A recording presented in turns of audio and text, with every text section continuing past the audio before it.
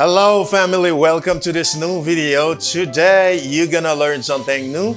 Very often you hear these expressions or these phrases.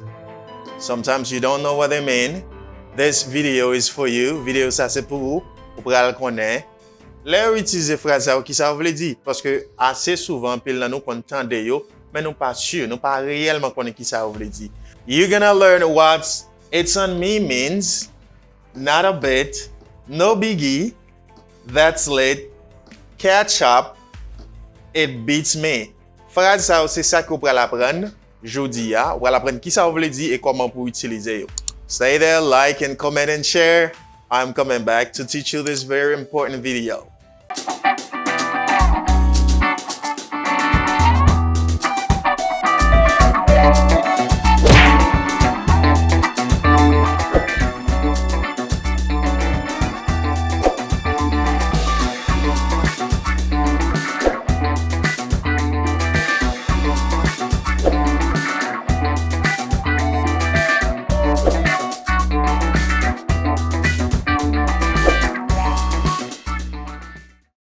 All right, Teacher Daniel is back, friends.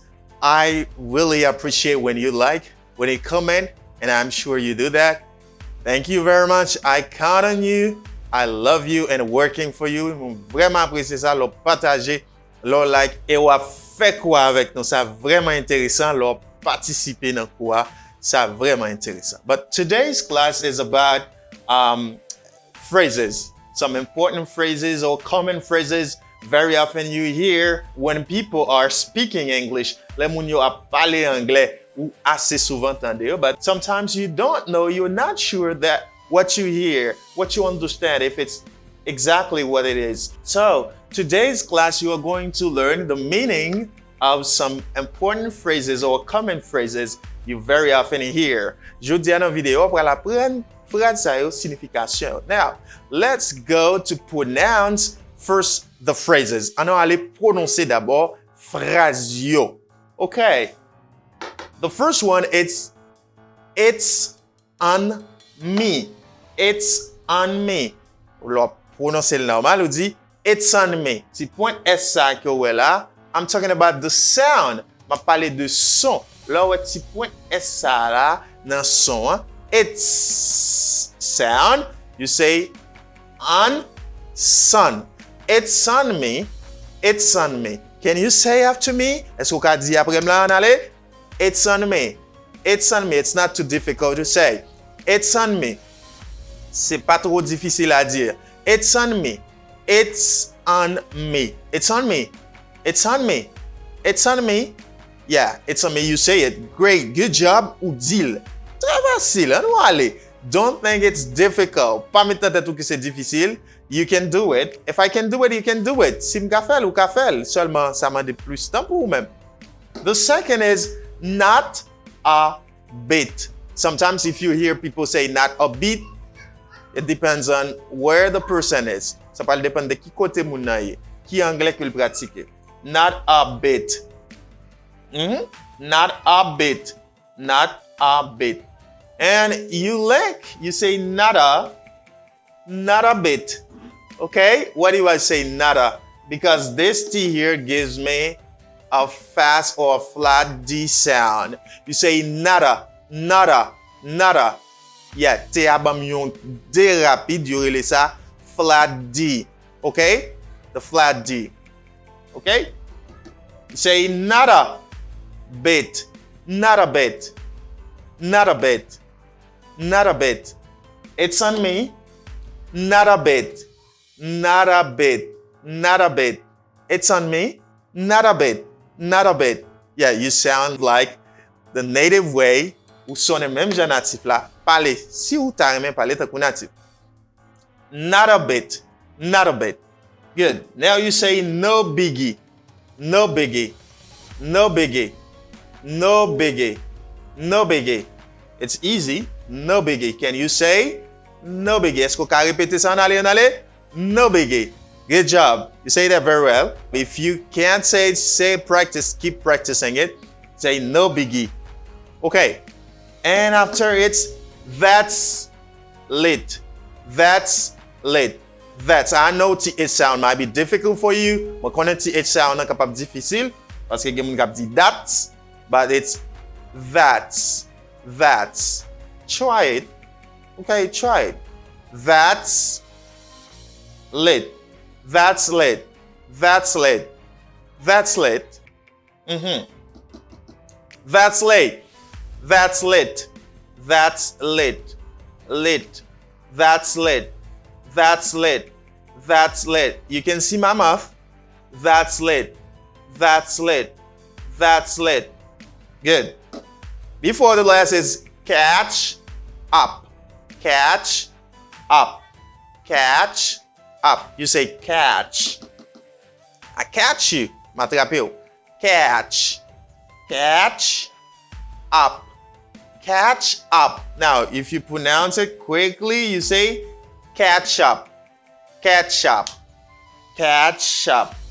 Catch up. Catch up. All right, catch up. Catch up. And the last is it beats me. It beats me. It beats me.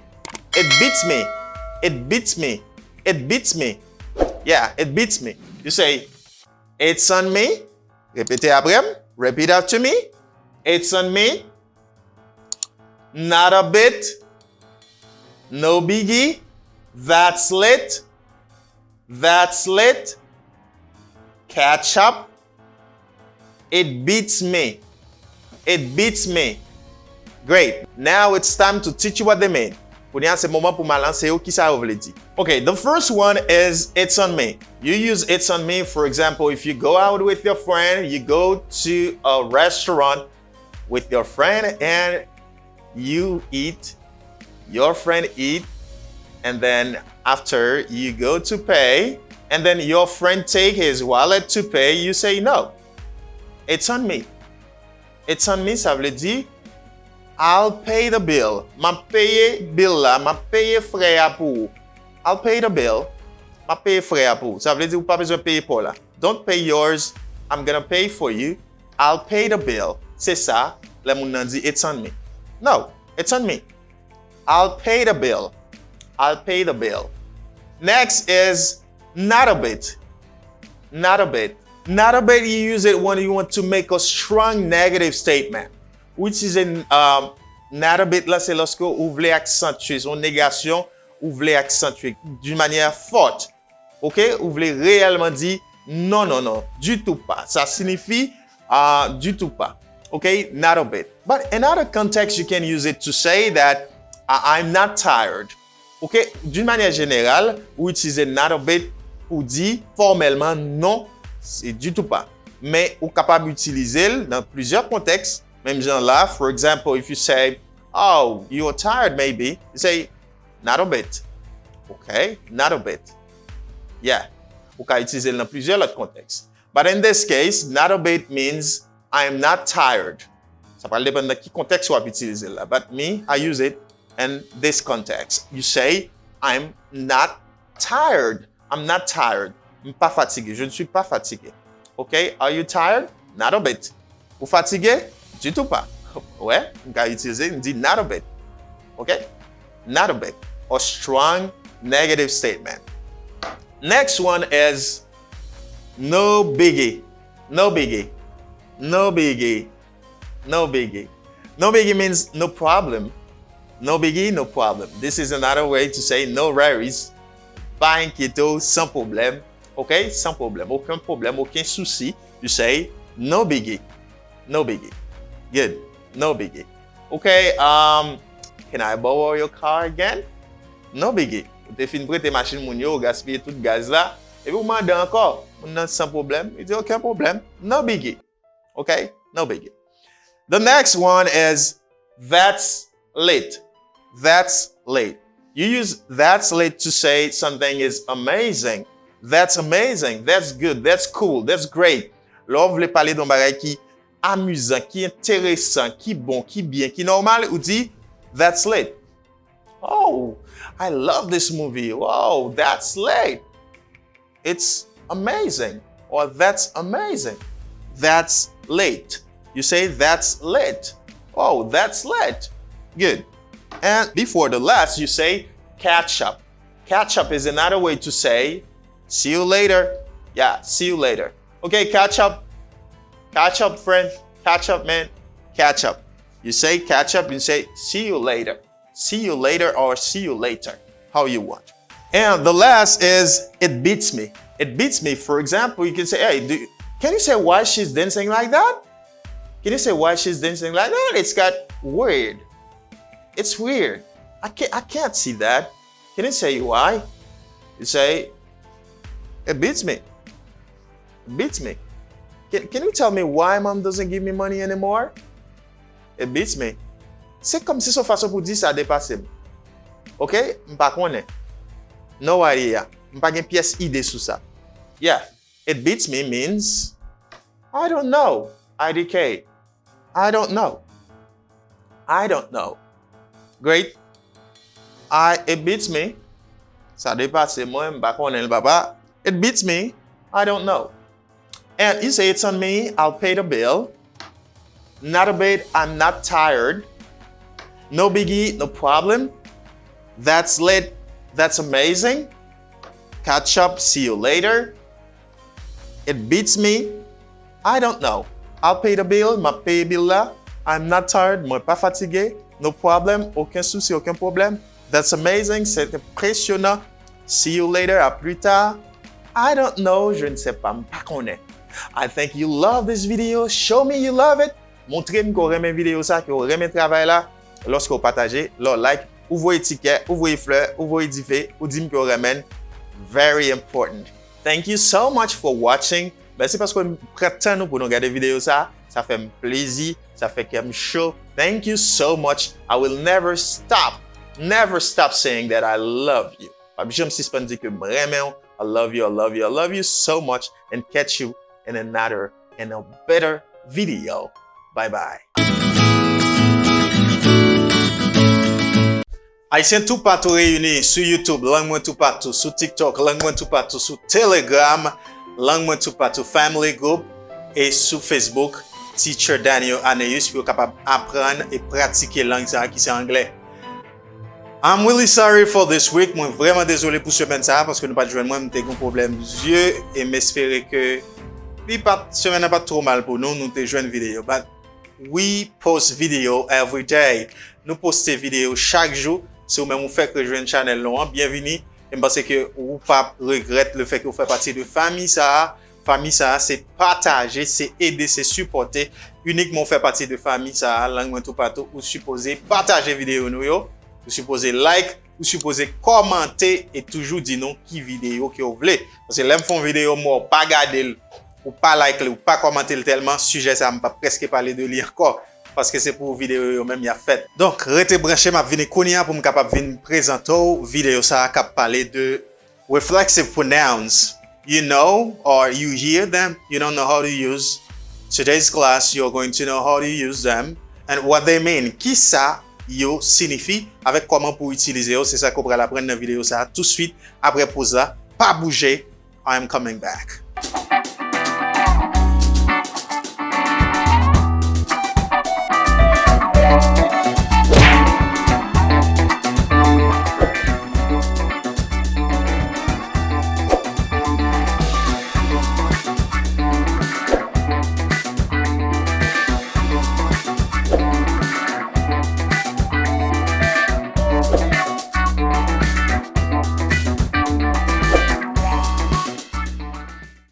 Okay, we're back. My name is Daniel. Welcome to this channel where you are learning to speak English. Pour apprendre à parler anglais, nous libre pour poser questions, pour écrire nous et dire qui vidéo que pour nous faire pour vous-même. Okay, reflexive pronouns. Reflexive pronouns. You say reflexive pronouns. Pronouns. Pronouns. Reflexive pronouns. Ça veut dire pronom réfléchi. Okay? Pronom réfléchi. But autant de bails ça anpil, mon âme dit myself, I love myself, etc. Qui ça yoye? Qui ça veut dire? But qui ça yoye c'est reflexive pronouns, c'est des pronoms réfléchis. Okay, myself. In English, what is reflexive pronouns? Qui ça pronom réfléchi en anglais? Okay, when you say reflexive pronoun, is when the subject is the same as the object in a sentence. Le sujet a même avec objet a. Donc, ou utilisons pronom réfléchi. Par exemple, là, on dit I love myself. Now, myself is a pronoun, a reflexive pronoun. Myself, son pronom réfléchi. Donc, I, myself. C'est que deux pronoms ça yo, lorsque pronom sujet avec objet à qui c'est myself là, yo veut dire même bagay, laisse ça m'en parler, moi utiliser de un pronom réfléchi. D'accord? Donc, l'aime dit myself, moi-même, ou l'aime dit I encore, c'est moi-même. Donc, c'est dans le cas ça yo, pronom réfléchi yo même, yo utiliser. Lorsque ou même on parler avec tête ou encore, ou bien lui-même la parle à tête li encore, etc. I love myself. This is an example. But to understand the pronoun like reflexive pronouns, pour arriver comprendre pronom réfléchi yo, ou supposer qu'on ait pronom personnel sujet, the subject pronouns. If you'd like to know more about the pronouns like subject, object, and possessive adjective, we have a video on the channel. Nous avons une vidéo sur channel là. Go straight to watch it after, okay, right after watching this video. Après, ou fin regarder vidéo ça, allez regarder l'autre vidéo qui parlait de pronoms. Okay. So par contre, qui j'en pour utiliser pronom personnel sujet, il y a une vidéo pour ça, allez regarder sur channel. C'est I, you, he, she, it, we, you, they. C'est ça. But for singular, 3 singular, and 3 plural. C'est 3 personnes du singulier et 3 personnes du pluriel. 3 persons of singular and 3 persons of plural. 3 personnes du singulier et 3 personnes du pluriel. I sont personnes du singulier parce que m'a parlé d'un seul monde. Moi-même, you sont seul monde. He c'est un garçon. She c'est une fille. Et it lorsque m'a parlé d'une chose ou bien animal. Si vous voulez plus, allez regarder la vidéo. But the same for the reflexive pronouns. C'est même là qui fait pour pronom réfléchir. Singulier, c'est myself, yourself, himself, herself, and itself. Itself. OK? On dit myself, yourself, himself, herself, itself. Et puis pluriel, c'est ourselves, yourselves, themselves. Qui ça nous a remarqué? Il y a 3 personnes du singulier et 3 personnes du pluriel. Good. Okay. The first pronoun for singular is myself. Okay, myself. C'est pas myself, c'est myself. Elle l'a prononcé. Myself. Deuxième nom c'est yourself. Yourself. Yourself. Vous pouvez répéter après parce que c'est dans le courrier là, apprendre ou apprendre pour capable bien comprendre. Yourself. Et ça prononcé comme himself. Him pour compte lui, c'est pronom d'objet. Him pour compte lui. So regarde l'autre vidéo à comprendre. Him. Donc mettre self là-dedans, c'est un pronom réfléchi. Now I have himself. Her pour compte lui, c'est son pronom d'objet tout. Donc mettre self là-dedans, il fait herself, ils sont pronom réfléchi. It, même genre tout, son pronom d'objet, eh bien, il fait itself. Good. Pronom pluriel, yo c'est our, qui sont adjectifs possessifs, yo mettez avec selves, il fait ourselves. Ourselves. And then we got yourselves, pour pluriel là, and themselves. Okay, how can you make the difference between singular and plural when talking about reflexive pronouns? Qui l'aime capable d'établir différence dans writing, I'm talking dans écriture, différence entre pronoms réfléchis, singulier et pluriel. For the singular, they end by F. You termine par F. Ou dit myself. You termine par F. Yourself. Et puis himself. Ensuite, moi gagne herself, itself, qui fait partie de troisième personne du singulier. But for the plural, you change F and VES. C'était même bagay là when you were talking about plural nouns. Like if I say one wife, you say 2 wives. Une madame, 2 madames. Donc wife, c'est terminé par FE. Et bien on va changer en VES. En anglais, là, un mot terminé par F ou bien FE, alors mettez le pluriel ou changer en VES. OK? Like si je dis knife, qui signifie couteau. Là, je dis couteau au pluriel, je dis knives. nous avons une vidéo qui parlait de pluriel des noms moi-même personnellement. Go to watch it right after this video. Après vidéo ça regarder. So, tout pluriel yo a terminé par VES. Moi dit ourselves. Faut prêter pile attention pour pas faire non yourselves avec yourself. Yourself, là, on parle d'un seul monde. Yourselves, c'est là, on parle à deux mondes ou bien plus monde. And themselves. Themselves. But quand you sorti, mine, c'est adjectif possessif, like my marker, my fans, my video, my channel, okay, my people, my children, my, ou mettre ça devant non. Donc, yo prend myself là, yo prend my là nan adjectif possessif yo. Et puis yourself là, yo prend your là nan adjectif possessif yo. What's your name? Your c'est adjectif possessif. Donc, là, au contraire, your avec self, les vient font pronom réfléchi. Yourself. Et là, yo pas prend himself là nan adjectif possessif yo prend le pronom complément yo. Object pronouns. You prend him, il vient faire himself. OK? You pas dire his self. Si tu prends tout dans adjectif possessif, ou tu dit his self pour garçon. Non, mais you dit himself, you prend dans objet. Et puis là, you dit herself. Il est capable de sortir des deux côtés, il est capable de sortir dans objet, dans complément, il est capable de sortir dans adjectif possessif parce que tous les deux c'est her. And itself, il est capable de sortir des deux côtés tout. OK? Il est plus semblé avec object pronoun. C'est juste pour montrer nous comment nous sommes capables, how you can identify them, comment nous sommes capables d'identifier. Good. Now, I say itself. Là, you prend un adjectif possessif encore. Our signifie not. When you possess something, le posséder un bagage, or when we possess something, là nous posséder un bagage.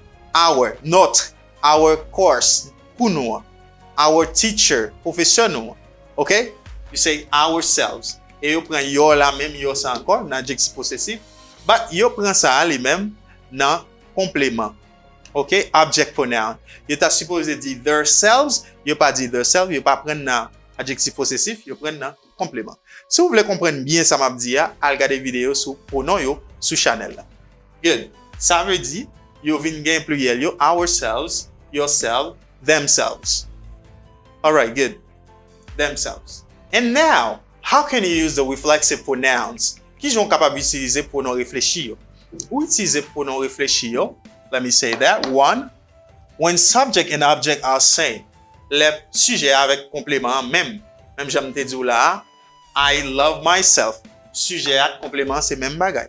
Pour utiliser pronom réfléchi yo, use the reflexive pronouns when the subject and the object are same. For example, I cut myself. C'est I qui cut, mais lorsque moi-même moi blessé tête moi couper tête moi, je dis I cut myself. Là me dis couper tête moi pas ça non? Non, ça veut dire moi blessé tête moi blessé même on parti dans corps. I cut myself. Oh, why do you cut yourself? Pour qui ça ou couper tête? Ça on dit genre drôle. Donc là dit ça il pas spécifié en créole. I cut myself. But you understand what I mean. You can use reflexive pronouns with some verbs like introduce. You say introduce yourself. Vous êtes capable d'utiliser. C'est pas tout verbe que vous êtes capable d'utiliser, mais vous êtes capable d'utiliser un verbe side. OK. I introduce myself. I blame myself. Moi blâme tête moi. I teach myself. I cut myself or I enjoy myself. Vous entendez mon âme dire, oh please, let me enjoy myself. S'il vous plaît, ben moi amuser tête moi. Okay, so you use reflexive pronouns firstly when the subject and the object are same. Good. But c'est clair là, oui? Dis-moi c'est clair. Tell me if you're clear. If everything is okay for you. Because I'm just working for you. But I'd like to know if everything is fine now. Good. If everything is not fine, go down below. C'est une façon que vous pouvez communiquer avec moi. Allez en bas, écrire dans les commentaires, dire mais qui ça ou pas comprendre. Good. Okay, the second way you can use reflexive pronouns is when you have a preposition. A preposition as object. Lorsque vous en préposition comme complément. Okay? Like you say, you never talk about. About is a preposition. The preposition about comes after the verb. C'est comme si il vient jouer le complément là. before adding yourself. Ou capable gagner une préposition. You never talk about yourself. Capable utiliser avec une préposition. You never talk about yourself. But the famous preposition people use very often with reflexive pronouns is by. Preposition que moun yo utilise en pile avec pronom réfléchi yo, c'est by. Okay, I do it by myself. Moi fais pour compte moi. Like, do you enjoy being by yourself? Est-ce qu'on aime rester pour compte ou bien est-ce qu'on aime pour compte? Oui, moi aime pour compte moi, là pour compte moi réfléchir, bla bla bla. Do you enjoy being by yourself? By yourself. By is a preposition. Good. And the last is please take care of yourself. Take care of. Of is a preposition. Use reflexive pronouns when you have a preposition as object. Like this, this, and this. Good. And some verbs you can use with preposition. Like you can say the verb to take care of, the verb to pay for, the verb to talk to. Let me talk to myself. Okay? Okay, please talk to yourself. Ou utiliser deuxième nan avec des verbes qui tout marche avec préposition yo. Okay, good. But m'passe au clair, oui? I think you're clear. Firstly, you use reflexive pronouns when the subject and the object are same. Les objets et sujets sont mêmes. Secondly, you can use with a preposition when the preposition is object and a sentence before adding reflexive pronoun. Okay, you can use it. Now, let's practice some sentences. For example, I caught myself when I was preparing dinner last night. I don't have enough space. I caught myself. Caught is the past tense. Moi, te blessé tête moi, coupé tête moi, l'aime da préparer dîner. I caught myself when I was preparing dinner, even though I don't put the rest of the sentence, when I was preparing dinner. I caught myself. Donc là, moi utiliser I caught myself because I use subject I say I caught. Ça veut dire sujet a toujours marché avec ça. Pour me pronom réfléchi, c'est que sujet a uniquement le bras marcher avec pronom réfléchi qui exactement correspond avec sujet. Par exemple, I correspond avec my moi-même. Okay? You say I, my, you, marché your, etc. I caught myself. He usually goes on holiday by himself. Il est toujours allé dans vacances pour compte lui. Ou lorsque il utilise he, il a parlé d'un garçon, ben il utilise un pronom réfléchi qui c'est himself. Deuxièmement, the second one is she looks at herself. She looks at herself. She looks at, troisième personne, looks at, she looks at herself. Li gade tête li. Where can she looks at herself? Qui côté ka gade tête li? You say, we looked at ourselves in the mirror. A dit nous, ourselves. Nous te gade tête nous nan miwa. Okay? We looked at. Nous te gade. Looked. Ça veut dire aider à bon son. We looked at ourselves in the mirror. Toujours éviter pour ou pas faire erreur, on va utiliser ça. Alors dit pluriel, faut que vous utilisez ça qui gagne VES. And do you enjoy being by yourselves? The same sentence I used. Même phrase que vous utilisé. So to use this. And the last sentence is they bought a new TV themselves. They bought a new TV themselves. You acheté une nouvelle télévision pour compte yo. Okay. My child opened the window herself. My daughter opens the window herself. Petite fille nan ouvri fenêtre la pour compte li. When you do something yourself, you can say by myself or myself. Okay. So I shoot this video myself. Moi shooter vidéo ça pour compte moi. C'est pour compte moi là. Okay, I shoot this video myself. Juste avec devant caméra et puis me filmer tête moi. I shoot this video myself. Or I can say by myself. I shoot this video by myself. Great. But don't forget, Samabdia like Semema, it's extremely important. Listen to it carefully. Please listen. When you have a subject pronoun, okay, I, you, exactly, you see it's normal to use a reflexive pronoun a suitable reflexive pronoun. Il normal que le normal pour utiliser un pronom réfléchi qui marche avec pronom personnel sujet. But if they don't use a subject pronoun, they use a noun that replaces a noun. Est-ce qu'on y a utilisé non phrase, utilisé un nom au lieu de utiliser un pronom comme sujet. Par exemple, si on dit Daniel, et puis on dit loves, where can I write it? For example, if I say Daniel loves, okay, himself. Gan pile moun kap tombe parce que yo pa wè sujet, yo wè Daniel. Mais c'est même Bagay là. Remplacer Daniel par un pronom personnel sujet, la vin by he. Donc, si Daniel c'est he, automatiquement, pronom réfléchi avec la vin by himself. Donc, évitez ça si il y a exercice. On va venir avec exercice pour là, pour là, pas inquiéto, on va venir avec exercice pour suite après pour ça. Mais j'espère que ça t'a fait plaisir, vous t'es appris un pile bagay, a lot of things in it. Let me know if you love it. Fais-moi connaître sur Remen, fais-moi connaître si vous bagay qu'on pas bien comprendre et puis ensuite commentez si vous bagay que pas ajouter pour attirer attention ni moi-même ni l'autre monde qui regarder vidéo qui suivre channel là. I love you so much. Head down. Mais c'était chapeau bien bas devant and I respect because you are learning and you love learning on this channel. Vous aimez apprendre sur channel ça. I'm coming back. Ma venir pour exercice sous vidéo ça.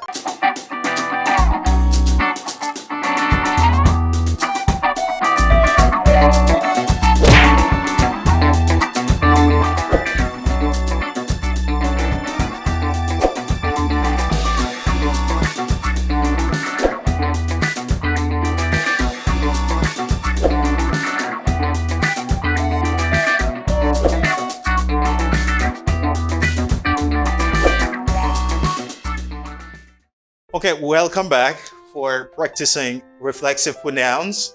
Pour pratiquer pronom réfléchi. Okay, but if you didn't watch the first video, I advise you right now to go to watch the first video and then come back to exercise in this video. Et si vous n'avez pas regardé la première vidéo, allez regarder les puis pour tourner pour venir pratiquer avec nous ensemble pour nous faire ça là. Allez, go. Now, I'm talking about reflexive pronoun. This is a test. I say test yourself. I use reflexive pronoun. Reflexive pronoun is when you're talking about a subject and then an object when they are the same. In this case, they use reflexive pronoun. Dans le cas, ça utilise pronom réfléchi parce qu'on parle de sujet avec complément qui c'est même bagay, qui a même relation, etc. Même j'aime te dit, he loves himself or I love myself, etc. Good. The first one is a sample. Premier, c'est un échantillon. You say, he cuts himself today. Okay, why do I say that? It's because he is the pronoun. And when can I know to say himself? Qu'il aime qu'on pour me dire himself. C'est par rapport avec sujet. Sujet, c'est un garçon, c'est he. Donc, moi, supposé joindre pronom réfléchi qui a marché avec même pronom ça. Faut qu'il y ait en relation. So, qui pronom réfléchi qui a marché avec lui, c'est himself. Okay, this is the reason why I say he cuts himself today. So now what you have to do, qui ça doit faire, c'est pause vidéo. Pause the video for each one and then guess the right answer. And after, play the video back, play the video again, and to listen to my answer.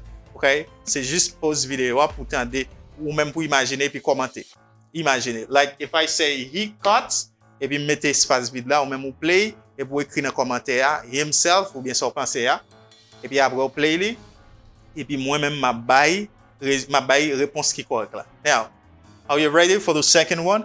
The second one is let me turn here. My kids locked in the basement. My kids. What is the subject? Kids. My kids. Kids.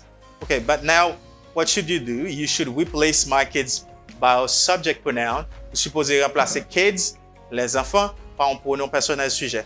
Can you guess what it is? Est-ce qu'on peut deviner qui ça lié? I think you know. My kids. Ok, connais qui pronom que vous joignez là? pour nos personnels sujet que vous joignez là, à qui ça l'a marché, qui prend le bord exactement, the reflexive pronouns. Devinez qui ça lié? En allez. My kids locked. My kids locked. Qui ça l'a mettre là? Commentez, pause vidéo et puis commentez. Et puis là, fini, en bord, qui ça exactement qui est lié, si vous avez fait erreur. On va corriger tout, pas vrai? Mais si vous faites bientôt. Congratulations, good job. I clap for you. Great. And now it's time to say what it is. It's my kids locked themselves because kids is third person of singular. You say they. Pour remplacer my kids par un pronom personnel sujet, on dit they locked themselves or my kids locked themselves. Let me write it for you. Okay? I say themselves. Sorry, I say my kids locked themselves in the basement. Themselves. My kids locked themselves in the basement. Now, number 3 is the students. The students were left by. Because you know, you can use reflexive pronouns with prepositions. Okay, like say by or of or with. Now we have by. The students were left by. Devinez kounya la qui sujet que m'a bien et puis automatically write down below. Do not forget to pause the video and guess the reflexive pronoun. Devinez pour nous réfléchir. Pause vidéo pour faire ça kounya la. Good. And now it's time for the answer. The answer is the students. When you replace the students by subject pronouns, they say they, the students. Ben, ou dit they, ap marcher avec pronom réfléchi, kap bay themselves. Okay, you say themselves. Themselves. Great. Now, number 4. Number 4. I blame for what happened. Okay, you can say I blame for what happened to her. Okay, moi blâmer tête moi pour ça qui t'est passé ou bien ça qui t'est arrivé là. Okay, so what do you think? Kounya qui ça va faire là? Pause the video. Si vous pas regarder pendant le live, donc ou bien possibilité pour pause vidéo et puis pour deviner réponse là, écrit réponse là en bas. Ensuite, moi après le bail réponse là. Okay, après ou est-ce pas faire ouais. Let's go now. You say I blame. Yeah. So what is the subject? And when you have the subject pronoun, what is the reflexive pronoun for subject pronoun? On t'a écrit déjà dans la première vidéo. Mais c'est intelligent, on va joindre. Now you say what it is. Qui ça lié? It's myself. Okay? I blame myself. Oh, I'm sorry. I blame myself. Good. I blame myself for what happened. I blame myself for what happened. Good. Now it's time to go to number 5. Number 5 is leave her to learn by. Now, what is the subject here? Qui ça qui sujet? Ou bien objet là? Il y a un objet là qui représente un sujet. C'est leave her to learn by. De qui est-ce qu'il a parlé exactement? They're talking about her. OK, sujet de her, c'est she. L'idée a quitter mademoiselle là pour la prendre pour col. OK? Quitter mademoiselle là pour la prendre pour col. Donc bien que là pas un sujet, mais l'idée en soi, il a parlé d'un monde qui vient une sorte de sujet. Donc il a parlé d'une fille. On va utiliser reflexive pronoun pour lui. L'aime gain her, the subject for her is she. On a deviné qui reflexive pronoun for she. Et puis pause vidéo, écrit. Ensuite, on va regarder qui bonne réponse là, qui ça lié. Okay, you have to type. Vous supposez écrire dans le commentaire. Kounya là. And now it's time to say what it is. Leave her to learn by herself. You say herself. Leave her to learn by herself. Quittez pour l'apprendre pour compte li. On dit quittez si moun apprendre pour compte li. Quittez mademoiselle l'apprendre pour compte li. Leave her to learn by herself.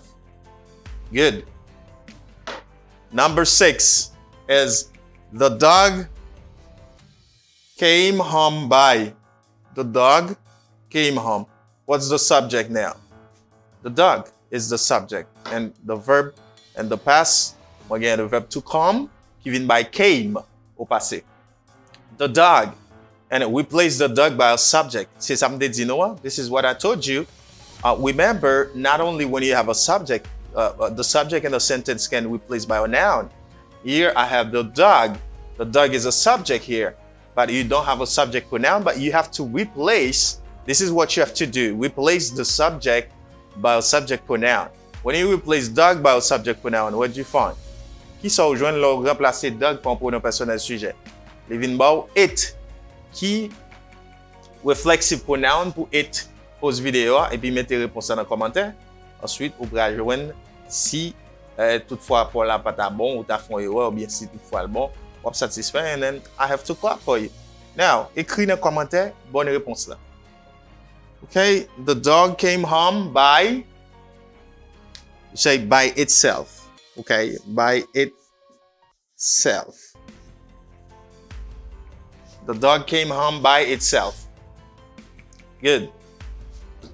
And number 7, Lucia burned with the matches. You know, the verb to burn, it has 2 forms. It depends on where you are. Ça va dépendre de qui côté. They say burnt. It's irregular verb. And for some people, it is regular verb. Ça va dépendre de qui côté where you were located. Okay, you say Lucia burned. Lucia is the subject. Let me show you again. Lucia is the name of someone. Lucia is the subject of the sentence. You have to replace Lucia by a subject pronoun. Remplacer Lucia par un pronom personnel sujet. Mais l'aime remplacer Lucia par un pronom personnel sujet. Donc, sujet a ou joindre pronom réfléchi de même sujet ça. When you replace Lucia, you find she. Lucia is a female. You say she. Lucia, she. Donc, si me dit she, qui pronom réfléchi qui a marché avec she. Si vous pas comprenez, allez regarder la première vidéo. Pause the video now and guess the good answer, the correct answer. Write it down and after, pause vidéo et puis après, je qui ça qui bon. Okay, good. The correct answer is herself. Herself. Okay, Lucia burned herself with the matches. Lucia est boulée avec allumette là. Ça veut dire Lucia boulé tête. C'est Lucia qui fait action, c'est pas monde qui boule Lucia. OK, c'est pas monde qui boule Lucia. C'est Lucia même qui boule tête. Les l'aime dit boule tête, c'est pas tête ça partie on partie dans quoi non. C'est lui doit son main n'importe quelle partie. OK. Properly même. This is what I mean. And number 8 is we can hurt. We can hurt if we don't pay attention. We can hurt. We, the subject is we. And what's the reflexive pronoun for we? Qui pronom réfléchi pour we? The reflexive pronoun for we. Pause the video and comment below. Commentez dans la vidéo. Pause vidéo et puis commentez. Yeah? Et ensuite, on va voir si ça ou te mettez ça ou te gagne en tête. Ou c'était ça lié. Good. Okay, now let's go. As we have we, when we have we, the reflexive pronoun for we is ourselves. Ourselves. You got plural. I say ourselves. We can hurt ourselves if we don't pay attention. Non capable blesser tête non si que non pas fait attention. Good. Before the last is look at. And here I change the exercise. Moi juste mettons un grand exercice qui est différent là-dedans. OK, look at. Et puis nous pour notre sujet c'est you. Ou pas un sujet là. OK, you. Qui ça vous décider mettre là selon vous-même. Si sujet c'est you, donc qui sont capable de mettre?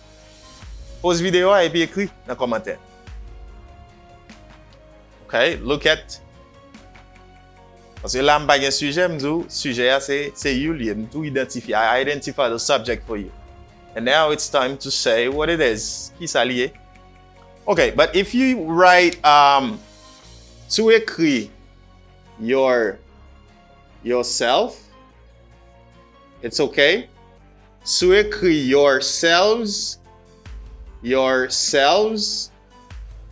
it's okay. Si vous écrivez deux, ça est bon. Parce que vous n'avez pas dit qui you lié, si c'est you, si c'est seul monde ou bien si c'est plusieurs monde. Parce que deuxième personne du pluriel, c'est yourselves.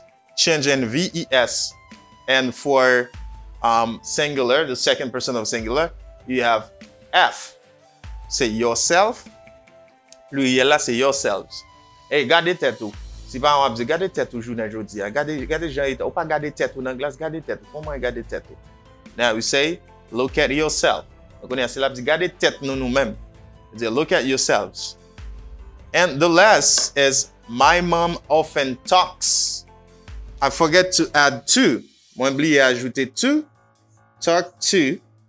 Okay? My mom is the subject here. And when you place my mom by subject pronoun, you're going to find the reflexive pronoun for it. On va le remplacer my mom par pronom personnel sujet et puis déterminer même pronom personnel sujet ça qui pronom réfléchir. Guess it, stop the video now and then write it down below in the comment. Commentez, stop vidéo et puis commentez. Et tout de suite après, dans quelques secondes, vous allez le résultat. Fin taper l'écrit pour que si ça vous pensez à c'était ça. Okay, good. Let's go. You say my mom, the subject is she, and then when you have she, the reflexive pronoun for she is herself. Good. Now I say her self. You say, my mom often talks to herself. Ma maman souvent parle pour compte lui. Okay, elle parle pour compte lui, ou elle parle à la tête, etc. So here we have the sample, échantillon. He caught himself today parce que he, the reflexive pronoun for he is himself. My kids locked themselves in the basement. My kids, the subject for my kids is they, the reflexive pronoun for they is themselves. And the students were left by themselves. The students are they, the students, you remplace by they, and the reflexive pronoun for they is themselves. I blame myself because I is the subject, and the reflexive pronoun for I is myself. For what happened. Number 5, leave her to learn by herself. As I have her, and I replace her by a subject, you know, it's she, and I say her, because the reflexive pronoun for she is herself. And the dog came home by itself, because when you replace the dog by a subject, it's it, you know, and when the reflexive pronoun for it is itself. And Lucia, number 7, Lucia burned herself with the matches. Lucia is she, the reflexive pronoun for she is herself. And to finish, we got we, the reflexive pronoun for we is ourselves. We can hurt ourselves if we don't pay attention. Before the last is look at yourself, because you is the subject, or you can say yourselves if this you is the second person of plural. And the last is my mom often talks to herself. My mom is she, and the reflexive pronoun of she is herself. I hope you find almost, I can say 90 points, peut-être 90 points. Et congratulations, même si vous ne faites pas meilleur de vous-même, parce que l'exercice là permet que vous compreniez. Si vous ne regardez la vidéo avant, à regarder, vous allez bien comprendre. Thank you so much for watching. I love you so much. Keep watching us and share our videos. I love you so much. Catch me after. Hello, moun mwen yo, comment are? Welcome to a new video today. My name is Daniel, and today's class you are going to learn how to say somebody. Comment vous dire moun quitter ma réponse. Bam la pem in English. C'est ça que nous allons apprendre dans la vidéo ça. Comment pour dire au monde bam la pem, quitter ma réponse. OK, quitter ma réponse. C'est ça même que nous allons apprendre dans la vidéo. Mais avant tout, je vais dire que tout le monde qui déjà écrit longtemps pour question pour I'm really sorry parce que pas toutefois disponible, même toujours une volonté pour m'aider nous. Et si toutefois que vous voulez les quoi commencer moi-même pour moi écrire, c'est comme ça bagarre en fait, ou capable toujours écrire sur le numéro de téléphone moi si toutefois vous intéressé à joindre en classe côté pour me disponible pour vous-même mon numéro a donc n'importe là que classe a commencé m'a bien moi disponible pour me faire classe m'a voyer un texte ba mais si toutefois on a urgence vous capable toujours à joindre l'autre monde et puis continuer pratiquer avec vidéo que nous gagnons là mais si vous voulez en classe spéciale ou vous voulez ou gain patience pour temps non parce que pas qu'à faire toute bagaille ça en même temps donc gain patience et merci pour compréhension en pile monde eh bien ou capable toujours participer avec nous écrit nous kounya parce que m'pa jamais oublier numéro monde qui écrit mieux à moins que WhatsApp pas un problème ou bien Telegram so écrit sur Telegram encore mieux la pi bon n'importe la bien classe là ça m'a écrit tout le monde depuis avant pour me dire n'a bien classe tel écrit sur numéro. Good. So m'a venu pour me présenter nous pas aller non rete chita là m'a venu présenter nous pour ça comment différentes façons que vous capable dire au monde pour lui pas emmerder ou en anglais. M'a venu.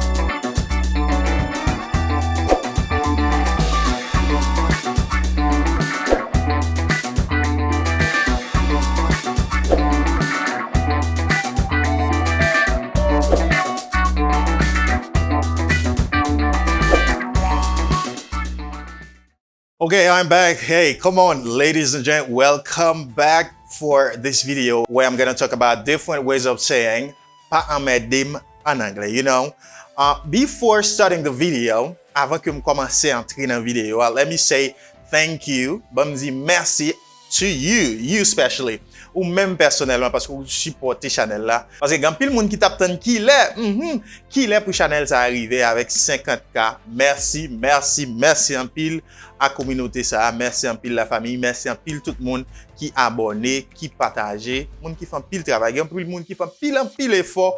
Donc là partager vidéo nous tout côté yo supporter travail ça. Oui, son travail qu'a fait pour nous et surtout grand pile monde qui mandé faut que nous toujours là pour faire vidéo pour vous, ça prend un pile temps, ça demande un pile sacrifice parfois, mais c'est l'amour nous non seulement pour vous-même, OK, avec pour gens que vous montrer que le travail que vous avez fait est très important pour vous. Merci parce que nous pas arriver là, nous pas camper.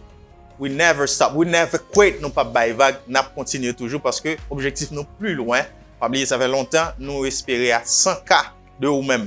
C'est vous-même qui a fait ça, non seulement vidéo nous pour nous faire effort pour nous produire plus de vidéos pour vous, vidéos de qualité, avec vidéos qu'on a besoin. Pas jamais hésiter. Si cahier ça, c'est pour nous-mêmes. Si cahier ça, n'importe quoi que vous voulez que nous fassions pour vous, n'importe sujet à dire. Mais il faut avoir patience parce que il y a pile monde avec quoi que nous gagnons, n'a privé sous quand même leur fond demande, n'a privé sous quand même pour nous faire quoi pour vous. OK? C'est pour nous n'a fait vidéo yo. Donc pas hésiter, écris nous pour nous dire qui j'en vidéo yé.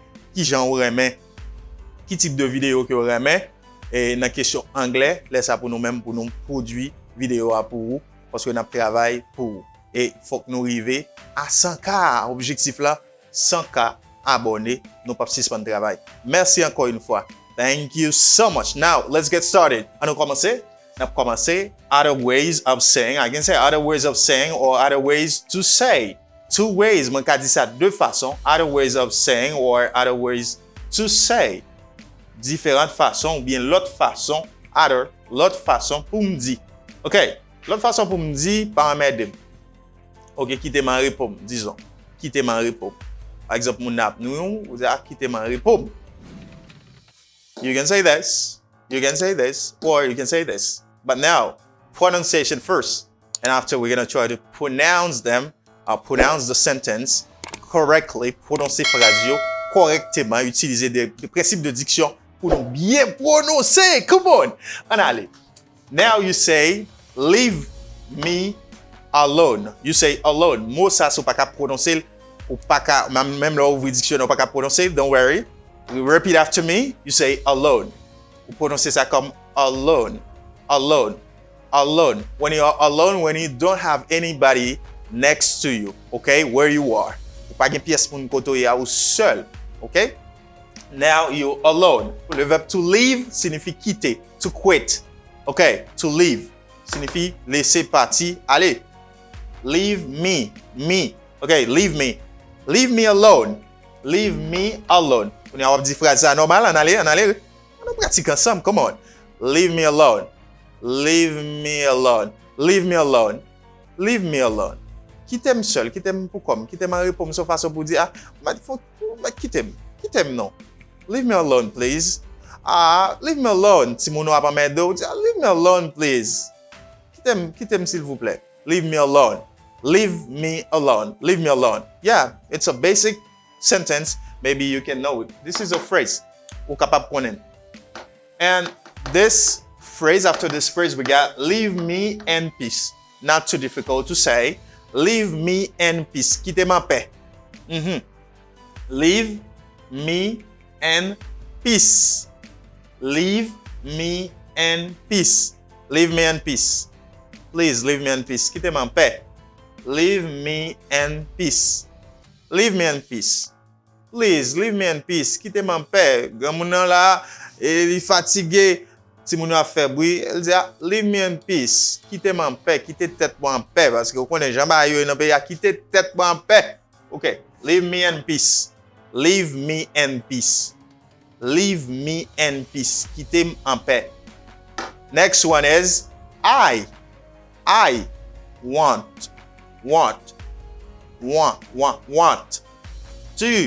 to be alone. Même phrase là. I want to be alone. Je veux être seul. Moi, je veux pour comme. C'est comme si dans ce sens la paix, je veux la paix. Okay? I want to be alone. I want to be alone. Now you say, I want to be alone. I want to. Only one T pronounce. Seulement seul T qui prononce là. C'est T. And fast dit un T qui prononce tant qu'on D là. On dit, I want to be alone. Je veux en paix, je veux la paix, je veux pour comme. I want to be alone. I want to be alone. C'est son façon pour dire moun qui te m'a répondre. La vie dans nous yo dans chambre là, on dit I want to be alone. I want to be alone. Je veux pour comme. Ça veut dire sorti qui te m'a répondre. I want to be alone. I want to be alone. I want to be alone. I want to be alone. Hey Jack, I want to be alone. Okay? Mary, please. Please, I want to be alone. Or leave me in peace, please. Leave me in peace. Or leave me alone. Quittez-moi répondre. Quittez-moi seul. Quittez-moi pour comme. Ou je besoin la peine dans tête moi. Or you say go away. Hey, allez-vous-en. On a un petit bail allez-vous-en, ça son bagage qui va problème. C'est du bon français. OK, du bon français.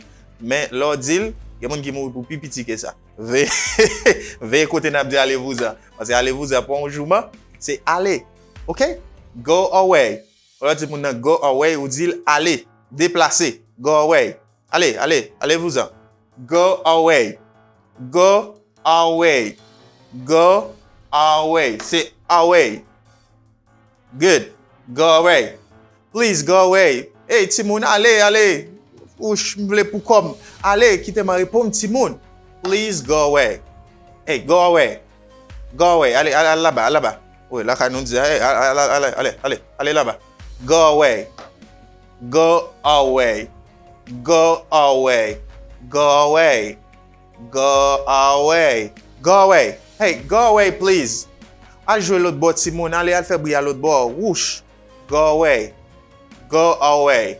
Go away. After go away, now you say, give me a break. Break. When you give someone a break, avec dire mon bail mon repos bon petit repos tant pour rouge nous fait trop bruit dans tête oh non mais dem trop give me a break please give me a break push no fatigue me trop give me a break now you say give me a break and when you try to pronounce the phrase Lò prononcer phrase normal, you dit give me a break. Give me a break. Give me a break. Ça c'est break. Give me a break. Please, give me a break. Push, pas monter la paix. Give me a break. Give me a break. Give me a break. Give me a break. So, t'as monde dit give me a break. On a une vidéo sur channel là sur ça. Give me a break. Pas inquiété. C'est give me a break. Pas mon petit repos. And stay away from me. Stay away from me. Push. Restez loin. C'est comme si allez. Oui. Stay away from me. Non, mais dim toi. Oui, stay away. Mon qui get si moun yo comprendre ça. Stay away from me. Stay away from me. Stay away from me. Stay away from me. Stay away from me. C'est une façon pour dire leave me alone. Quittez ma réponse, quittez seul. Stay away from me, please. Restez loin. Oui, push, restez loin. Allez. Stay away from me. Stay away from me. Quand on a soit dit mon nan wish, s'il vous plaît, pas rester loin. Please, don't stay away from me. Ça va l'amour. Wow, là mon nan wish, s'il vous plaît chérie, pas rester loin non. Please, don't stay away from me. Don't stay away. Don't stay apart, baby. Bon, nous quittons ça. OK, nous pigra. Now, after stay away from me, you say get off my back. My last video, I talked about how to pronounce O-F-F. You say off. Dans la dernière vidéo, je vais montrer comment pour prononcer O-F-F. You say off. Off. Off. You say get off. Ah, je viens de mon petit liaison là. Je dis get off. On fasse dit, tu as prononcé ta compte très rapide. Et puis, pour faire une liaison, dit get off my back. Get off my back. Get off my back. Push, please, get off my back. Expression idiomatique, ça c'est expression pour dire au monde suspend. Domlage, c'est vrai, mais suspend parler dans dom. Suspend fait dans dom. Vous comprenez? Là, mon a fait si fait, vous comprenez? Là, on dit mon a quitté dom en repos, mes amis, suspend parler sous dom. Ouh, je m'en a fait monter sous dom pour la parler. I don't know. C'est expression, c'est quoi ça veut dire là, non? Get off my back. Please get off my back. Mais si mes amis, bah mon souffle, il te m'a répondu, c'est pas de moi, ça m'a parlé. Bah mon réponse, s'il vous plaît. Get off my back, please. Get off my back. Get off my back. Moun yo critiqué ou besoin répondre, oh my gosh, please get off my back. Oh, get off my back. C'est tout sur le monde sur les réseaux sociaux, etc. On prend sur son célébrité, sur son artiste, et puis moun yo critiqué, il y a lapido, on a ici fort dans bagay ça. You say, please get off my back. Please, oh, give me a chance. Bah mon chance, s'il vous plaît. Get off my back. Get off my back. And before the last is badaf. Bat, sorti de badax, qui signifie fesse postérieure. Bat, il écrit badax, mais on mettez bat. Au lieu de dire badax, parfois on dit bat. OK? Touch your butt. OK? Shake your butt. Yeah. Bat plus af. Bral gon liaison me dit badaf. Wow, badaf. Badaf. OK? Ça veut dire déplacer dehors là. Allez. Suspend, bah mon repos. Déplacer, allez. Bougez. Fait sous. Déplacez là. OK? Badaf. Ça veut dire vous demandez moun nan pour moun sa qui en repos. Badaf. Badaf. Badaf. And the last. Yeah, the last is bazaf. Bazaf, c'est une façon pour dire moun nan. Suspend en medeo. Même j'ai badaf déplacé. Bazaf. OK. Bazaf. Badaf. Let me say again. Bah, moi, dis tout pour nous encore. You say, leave me alone. Leave me alone. OK. Leave me alone. Leave me alone. Leave me in peace. I want to be alone. I want to be alone. Go away. Give me a break. Stay away from me. Get off my back. Badaf. Bazaf. Mais, ou capable dire go away from me. OK? Go away from me. Ou ka di stay away from me. Rete loin, déplacé. Go away from me. OK? Allez-vous-en. So, moi pense vidéo ça utile ou. Et si gon bagay que m'pa mette là que aussi mais qui est important, mettez-le dans commentaire et puis m'a penni pour l'autre monde capable boire.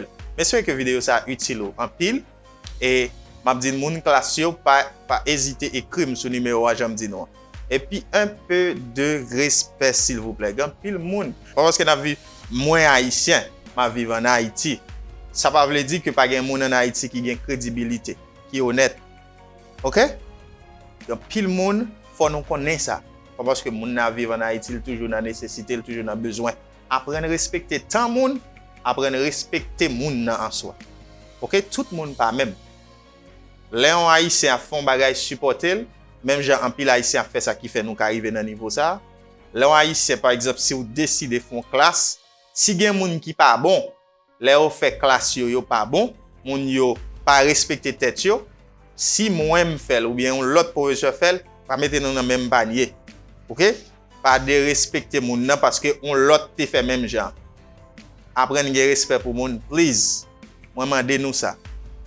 Moi pas mande nous pour nous faire moun confiance parce que grand pile moun qui pas mérité pour faire confiance sous gens, mais par rapport avec l'autre moun pi ganon dérespecter moun sous prétexte tout moun pas bon. Surtout depuis moun na vivre Haïti, nous tout juger en façon. No. Chaque monde pas même gens, s'il vous plaît. Please. Please. Please. Please again. Please. Parce que y a des gens qui nerveux sur moi le fait que je pas gain temps pour me faire classe sur. Il y a des gens qui disent pas sérieux le fait que je pas même commencer à faire classe pour eux. Mes amis, ça me fait. Comment on peut imaginer pour travailler ou gain famille, pour faire vidéo, classe là mes amis, ou gain l'autre activité. C'est l'aime gain temps que je suis capable d'aider l'autre compatriote. Moi dans classe moi tout le monde qui suit classe avec est capable de témoigner. Nous toujours fait classe yo ka reprocher tout ça, yo veut reprocher même en bas vidéo parce que yo là y a regardé. S'il vous plaît. S'il vous plaît again. S'il vous plaît. Changer façon de nous traiter monde par rapport avec réaction on l'autre monde. Tout le monde pas quand même genre. OK? Si je pas disponible pour me faire classe ou pas ka m'dou pas disponible, vous comprenez ça? Je suis pas disponible. L'aime disponible pour me faire classe à tout. Donc, moi toujours dis au monde si que ou pas décider parce que moi même pas gain comment dirais-je, pas gain l'esprit c'est pas comment un bouchou et puis pour parler anglais. Si que ou même ou pas décider pour apprendre anglais, pas même besoin pour une classe avec. Pas même besoin essayer. Ou connaît ou pas même temps ou pas jamais disponible pour anglais, pas même besoin pour une classe avec. Pour ça va aller utile là. Pas jamais temps pour regarder rien et vous pensez que vous parlez anglais. Et puis après, vous allez dire teacher, c'est teacher, this teacher son guide. Toutefois, vous voulez avancer, vous avez besoin de guide, la rejoindre-moi. Si vous n'avez pas de temps, pas comprendre, ou pas comprendre, pas venir, s'il vous plaît. Please. Thank you so much. Merci anpil. Greeting to you all friends. Today, I have an important video again for you. Aujourd'hui, I'm going to load video très important pour vous. Because I know you have trouble to understand. Don't have, when you see don't have, you don't know what to say. If don't have or to say haven't. Or when I say don't have, I mean do not have. And I say haven't, I say have not. So par contre, comment pour utiliser yo, parce que vidéo ça pour l'utiliser en pile, parce qu'en pile monde dans confusion. Par exemple, si vous dit I have money, il y a pile monde qui dit ou dit I have not money, il y a monde qui dit non ça pas bon, ou doit dire I don't have money. But after the pause, you're going to see exactly what it is. I'm going to teach you how to use don't have and haven't. I'm coming back.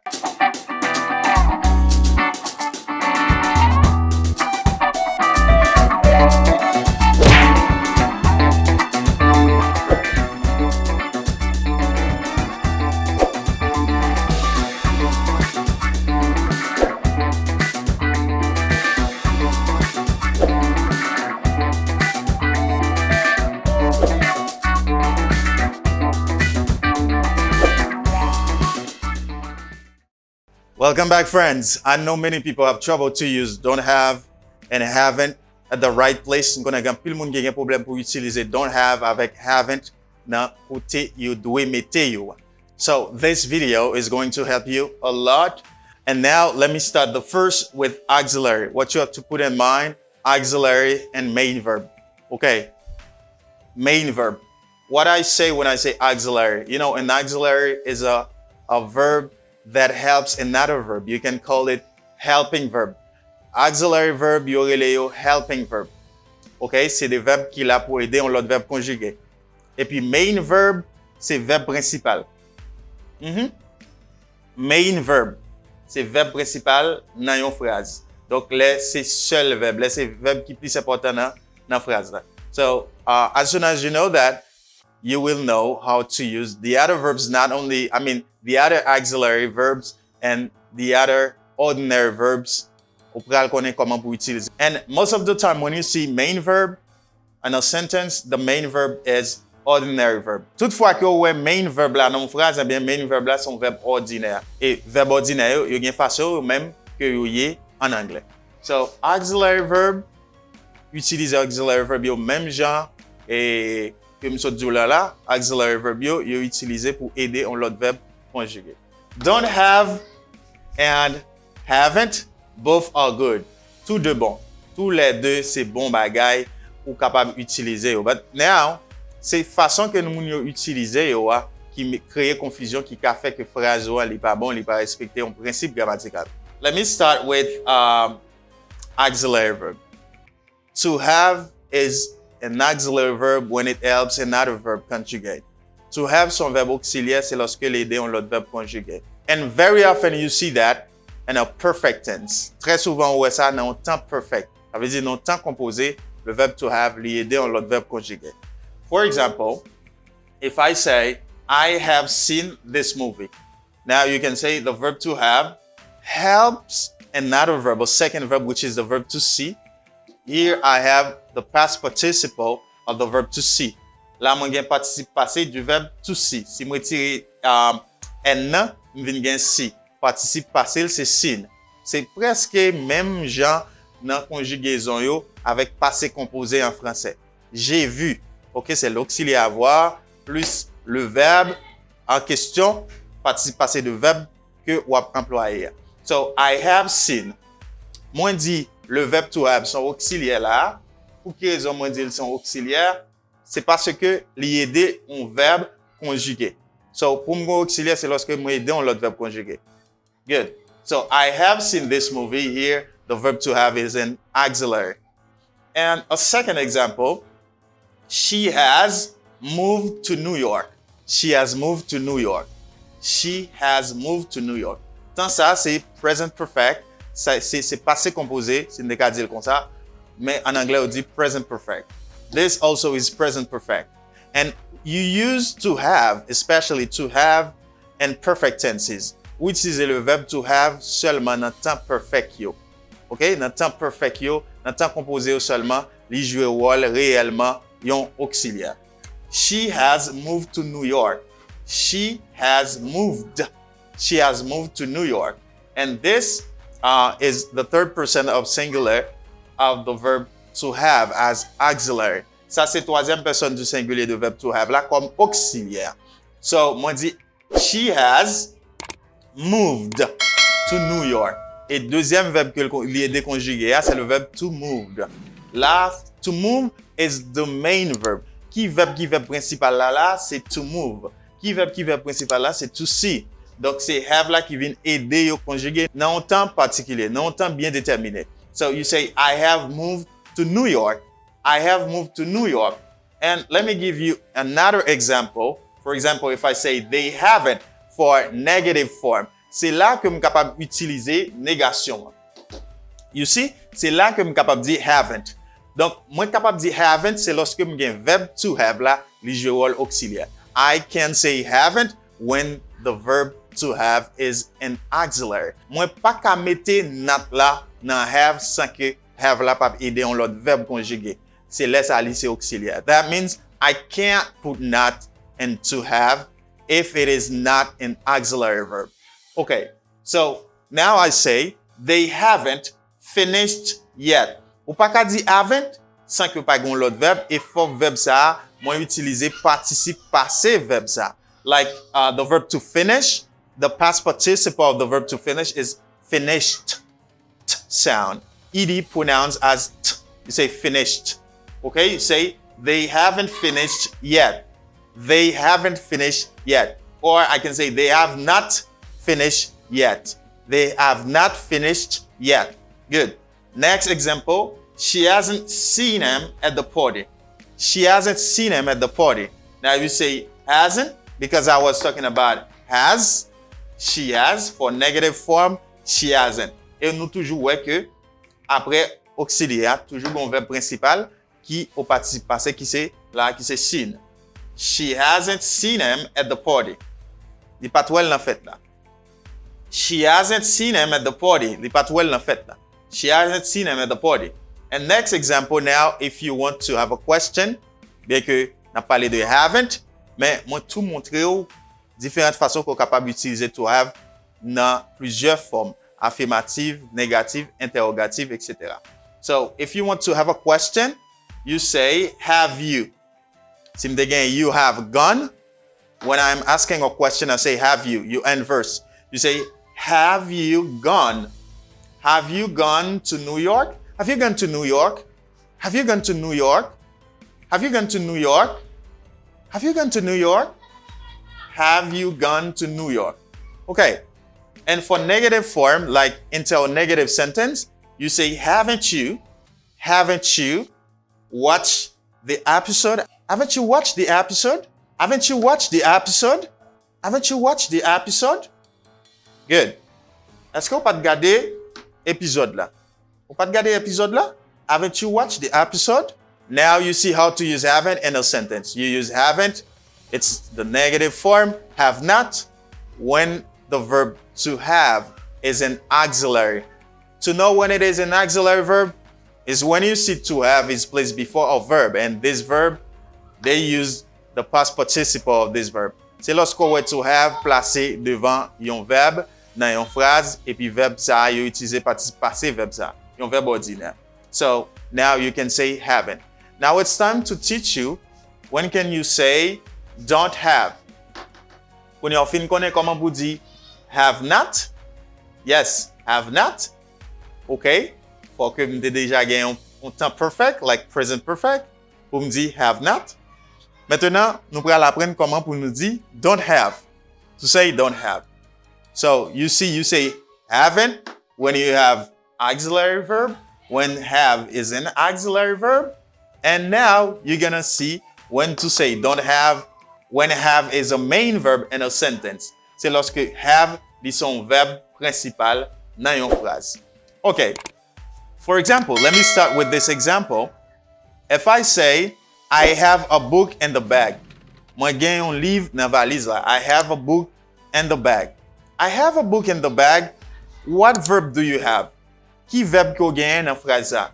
Moi gagne seulement le verbe to have. Moi pas gagne l'autre verbe. To have is the only verb in the sentence because a is not a verb, book is not a verb, and is not a verb, the is not a verb, and bag is not a verb. So to have is the only verb in the sentence.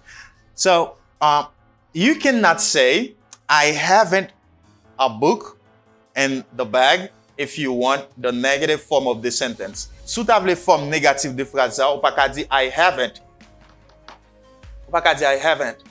Why you can say I haven't? Because this is the main verb in the sentence. To have is the main verb of the sentence. To have c'est verbe principal dans phrase là.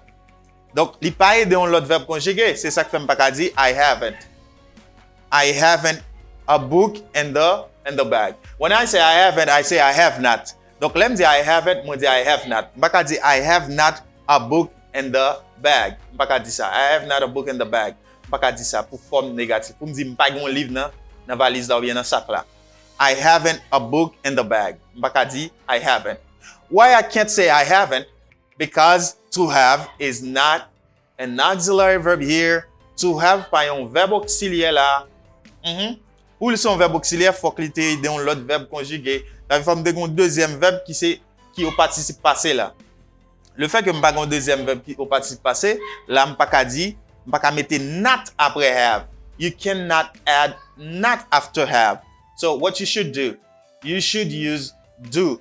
Et seul auxiliaire qui joue rôle ça, il y aurait l'auxiliaire to do.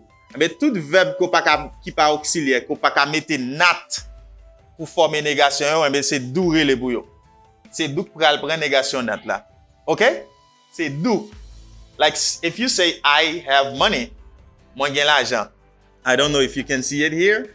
I have money.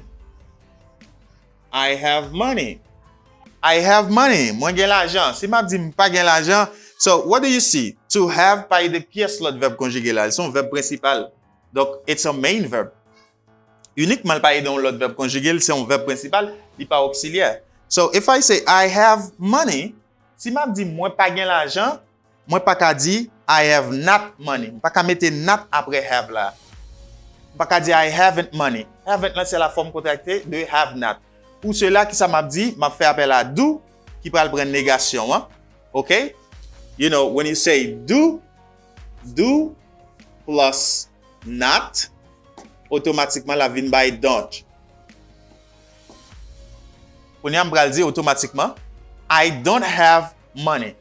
I don't have money in my pocket. M'pa gen l'argent dans poche moi. Et ouais ça yo moun fait en pile. Moun dit I have not money. OK? Ou pas ka di ça. Not only for the verb to have when it is a main verb, tout l'autre verbe en anglais qui pas auxiliaire ou qui c'est main verb yo, eh bien l'on pété à la forme négative, c'est do à faire appel pour yo. Par exemple, moi comprendre I understand. Moi comprendre. Si m'a dit I understand. Si moi dit I understand, understand c'est le verbe dans phrase là. Understand par un verbe auxiliaire pas dans l'autre verbe conjugué. When I say I understand, simplement mettez là la forme négative, c'est do que m'a relique pour venir prendre négation. Now I say I do not understand, I mean do not là by I don't understand. So you understand now. When you comprendre. I have money becomes I don't have money for negative form. I don't have money. Mbakadi, I haven't money. So you say I do not when have is a main verb in a sentence. Ou dit do not ou bien don't devant have, c'est lorsque have son main verb dans une phrase. Ça veut dire son verbe principal, il pas des pièces de verbe conjugué. Like I have money, son verbe principal. I don't have money for negative sentence. I don't have money today. I don't have money in my pocket. Pas cap dire I have not money. No, I don't have money. And for third person of singular, pour troisième personne singulier, on dit she doesn't have a car. Il pas gen une voiture. She doesn't have a car. Qui ça vient passer? Doit vient changer en does. En does, troisième personne, avant que m'ajouter négation not là. She does not. You say she doesn't have money. C'est toujours même bagay là, seulement doit changer. Parce que là, conjugué un verbe, moi dit I do, you do, he, she, it vient by does. Ou là, mettez not, il vient by does not. Forme contractée, doesn't. She doesn't have a car. She doesn't have a car. Il pas gen une voiture. Good. She doesn't have a car. And for question, what do? Pour question, qui sont fait? Pour question, lorsque le verbe to have, son main verb, eh bien, on place doit devant dans la question. Do you have father? Ou gen papa? Do you have father? Do you have father? Ou gen papa? Est-ce que ou gen papa? Do you have father?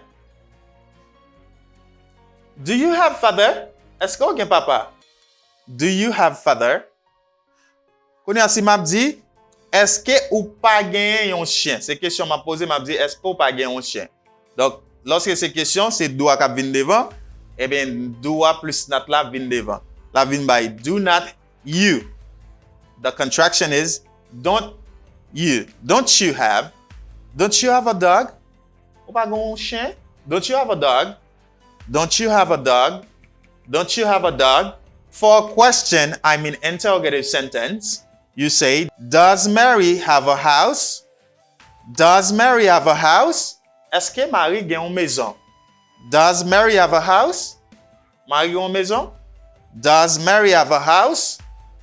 Yeah. So when to have is a main verb, let to have son verbe principal dans phrase, you can put don't or doesn't before to have. Ça veut dire capable mettre don't ou bien doesn't devant to have. But when to have is not a main verb, when it's an auxiliary verb, you have to put have after to have. You say have not or haven't.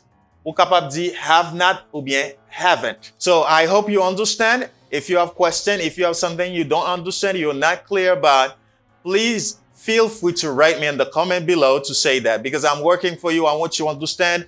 Moi, je veux comprendre ma travail. M'a essayé faire tout moyen qui possible pour m'aider pour parler anglais plus bien, pour résoudre problème dans travail, pour résoudre problème leur parler avec un monde ou même qui n'a nécessité réellement pour parler anglais. Donc, je fais tout ça capable ou même dégager pour pratiquer plus. Fais-moi connaître quel que soit problème que vous gagnez dans commentaire. Remets vidéo ça, like vidéo ça, commentez. La vidéo ça gagne un pile view, partagez si que vous même vous édifiez, si que vous apprenez un bagay qui te kon stock qui te kon coller en côté qu'il faut pas parler anglais bien. Okay? So tell me in the comment below if you love it. So remène voyez ticket, voyez fleur, voyez différents bali, remène partagez, commentez, faites-moi connaître et puis appréciez-les. Ça fait un plaisir en pile. Ça fait moi que sacrifice que je fais est pas en vain. I love you so much and I will never, never, never stop working for you. And I love you. Catch you in another video. It's a beautiful day. I don't know where and when you're watching this video, but it's a blessing day and you bless. Okay? Bienvenue parce que vidéo ça va établir différence qui existe entre during avec while. Okay, I say during and while. Donc, je conseille de partager vidéo ça et puis encourager le travail que nous fait parce que nous fait un positive work. We're doing a positive work. You should support it. Vous supposez supporter le travail que nous fait parce que le travail nous fait est important pile. But if you believe that what we're doing is important, say that in the comment below. Si vous croyez que le travail que nous fait, dis ça dans les commentaires s'il vous plaît. Je dis dans la vidéo ça, on va apprendre comment vous utiliser, établir la différence entre during avec while.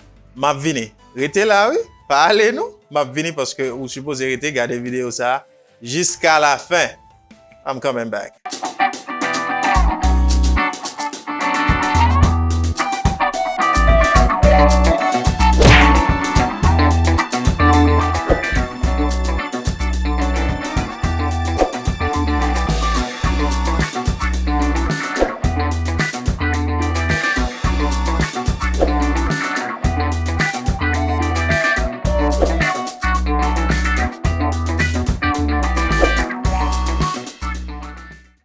Yeah, I'm back. My name is Daniel. You can say Daniel, Mr. Daniel, Teacher Daniel, how you want. I'm teaching you today the class, make the difference between during and while. On prononce ça comme during, et puis ça prononce comme while. Okay, while. Okay, what they mean? Qui ça veut dire? During signifie pendant, et puis while signifie pendant que. Même bagay. Okay, but now, what is the difference between them? Quelle différence existe entre eux? Let me tell you. The difference, during is a preposition and while is a conjunction. What différence? During is a preposition and while is a conjunction. While c'est une conjunction, une conjonction. During c'est une preposition, une préposition. La différence c'est ça, oui? En conjonction liée, et puis une préposition, donc on a une préposition like I go to là c'est préposition. Look at me, at c'est une préposition. Yo, good. So établir la différence là. And now, how can you use during and how can you use while? Please partagez vidéo ça et puis dis-moi si vous comprenez. Parce que c'est pas chaud nous venons faire là, c'est apprendre nous venons apprendre parler anglais, apprendre nous ça ou t'as supposé connaître dans l'anglais. During, let's go with during. You use during before a noun. During before a noun. It's the formula. Mais formula, vous utilisez during devant un nom. A noun, like book is a noun, marker is a noun, board is a noun, tout ça c'est non, ok? Donc, vous utilisez during non dans une phrase, mais il faut que le placer devant un nom. It should be placed before a noun. Good.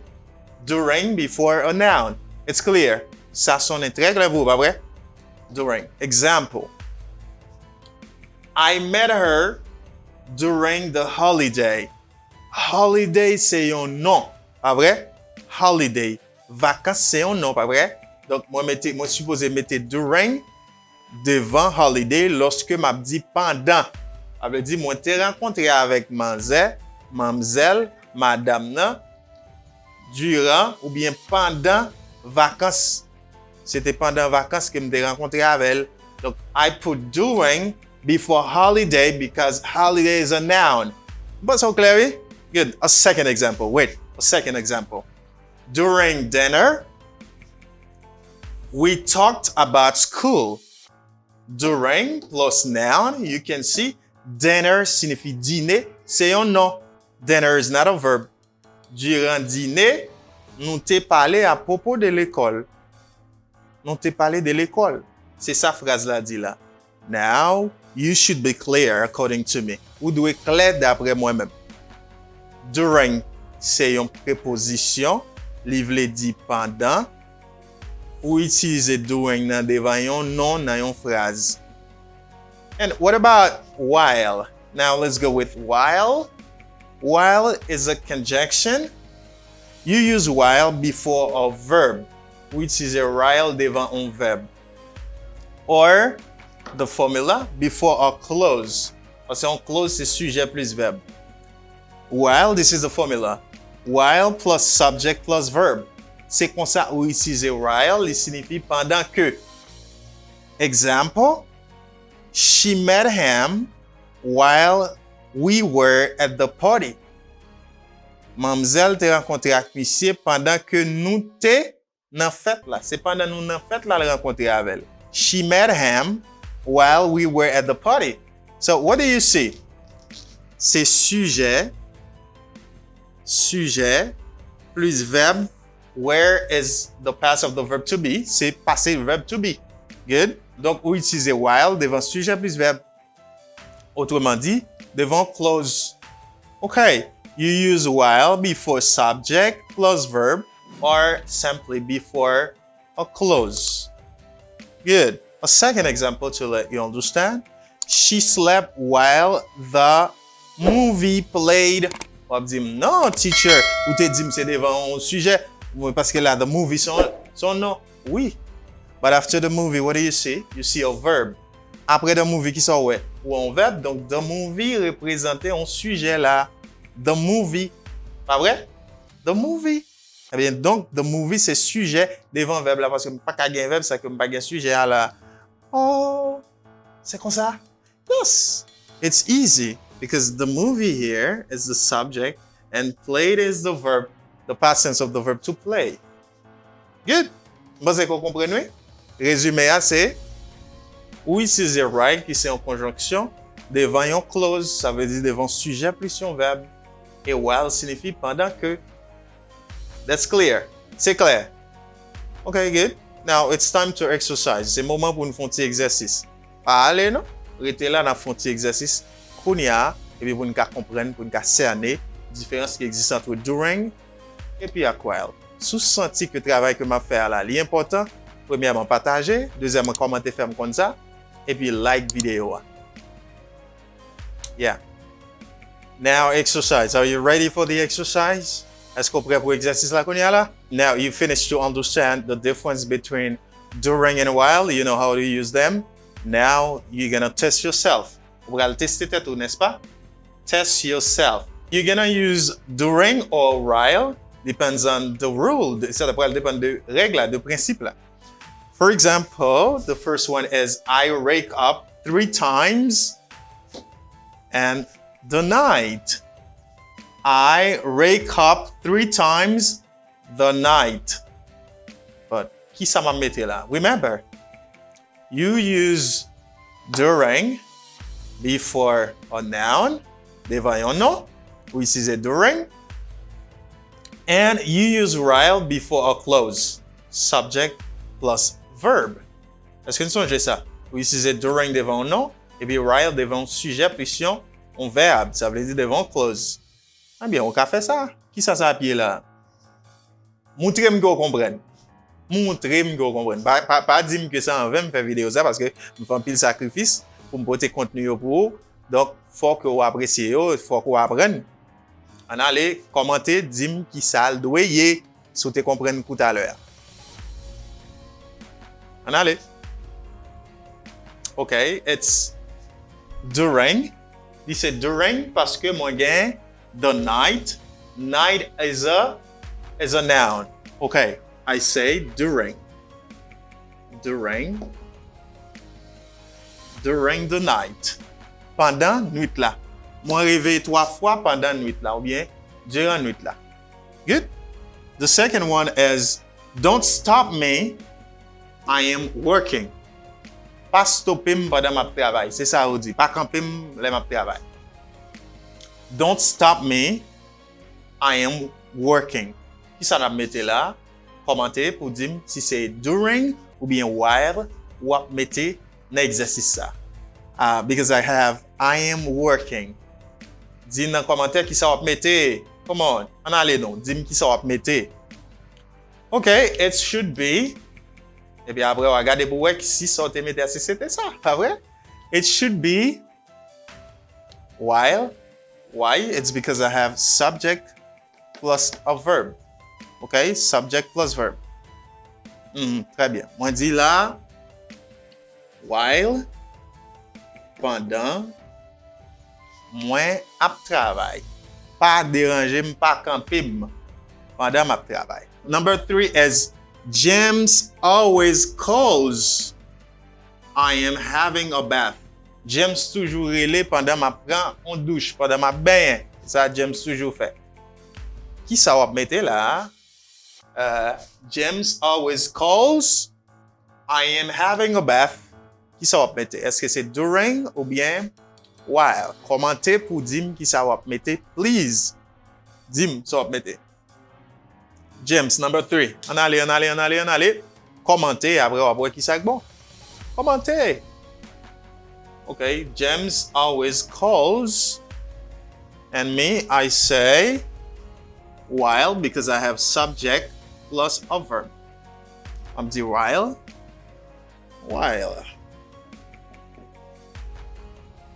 Great. All right, great job. And allez for number 4.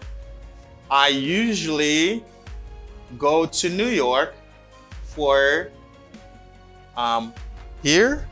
Ici, espace vide, c'est ici. Okay, let me read again. I usually go to New York for a week and then summer. Moi, j'ai l'habitude d'aller New York pour une semaine pendant et moi toujours, habituellement, aller New York pour une semaine durant été. Et ça n'a mis là, est-ce que c'est during or while? Say that in the comment. Dis ça dans le commentaire, please. On nous dit qui ça nous supposé mettre. Bon, c'est bon là, parce qu'on comprenne quoi. Pas vrai? Et si vous ça intéressé, vous avez que nous grandissons, plus de monde capable d'apprendre avec nous. On nous aller, nous mettez during, parce que c'est ça lié, et c'est ça, vous mettez tout. During summer. Pour qui ça me mettez during? Parce que summer is a noun. And this. You are here. Okay. May I ask you some questions? This is a question. C'est une question, c'est une phrase question. But mettez question mark. Okay. You are here. May I ask you some questions? Pendant là, est-ce que je peux poser quelques questions? Qui ça n'a mettez devant? Est-ce que c'est during ou bien while? N'a mettez while. Pour qui ça n'a mettez while is because I have subject. I have a clause. Subject plus a verb. While you are here, may I ask you some questions? And to finish, my family moved a lot. My family moved a lot. My childhood. Famille me déménage en pile durant l'enfance moi. Qui ça n'a mettez during ou bien while? My childhood. Dis qui ça n'a mette, please. Ça montre que nous comprenons quoi. En allez. During ou bien while. What do you think? What should be the correct one? Qui ça doit correct là? During or while? It's during because I have here a noun. M'a dit during. During. Okay, during my childhood. Durant enfance moi. Great. Let me read again. I wake up 3 times during the night. Mettez during devant night parce que night is a noun. Don't stop me while I am working. I put while parce que while c'est devant your clothes. James always calls me while I'm having a bath. On dit while parce que I am having a bath, c'est sujet verbe. I usually go to New York for a week. Okay, usually go to New York for a week during summer. Summer is a noun. I put during. And while you were here, may I ask you some questions? While you were here, I have a subject plus verb. Subject plus verb. And the last one, my family moved a lot during my childhood. Childhood is a noun. Qui sa phrase ça vous voulez dire en créole? I wake up 3 times during the night. Moi réveillé 3 fois durant nuit là. Don't stop me while I'm working. Pas camper pendant ma travail. James always calls me while I'm having a bath. James toujours relé pendant ma prend une douche. I usually go to New York for a week during summer. Moi toujours aller New York pour une semaine durant période d'été. Okay? And while you were here, may I ask you some questions? Pendant là, est-ce que je peux poser quelques questions? My family moved a lot during my childhood. Famille me déménageait en pile durant l'enfance. C'est ça phrase que vous voulez dire parce que vous bien pratiquer during and while. Thank you for learning. Thank you for making your time to learn. I think you'll learn and you understand. You will never make this mistake anymore. Vous ne pouvez jamais faire dans ça et vous comprenez très bien. Et merci. Mais j'espère que le travail moyen, c'est un travail qui est bénéfique, son travail qui est important, son travail qui est utile. Merci un peu parce que vous prenez le soin pour garder nous et supporter le travail. Catch you in the next video. Love you so much. Bye. Hello, my name is Daniel. In this video, I'm gonna teach you why you can't listen when you're talking to a native speaker. Dans la vidéo, ça va vous montrer pour quelle raison pas qu'attendre les natifs à parler avant. Parce que c'est ça que vous allez apprendre. Vous allez montrer comment pour parler, pour pratiquer l'anglais plus rapide. Ça vous fait qu'on c'est partager la vidéo, like, commenter et puis garder la vidéo jusqu'à la fin. Là, vous finissez de regarder la vidéo, dis-moi qui sont apprendre de nouveau, dis-moi sur email tout. Je vais venir pas bouger, je vais venir présenter la vidéo ça, je vais venir enseigner comment pour parler rapide, même avec un natif.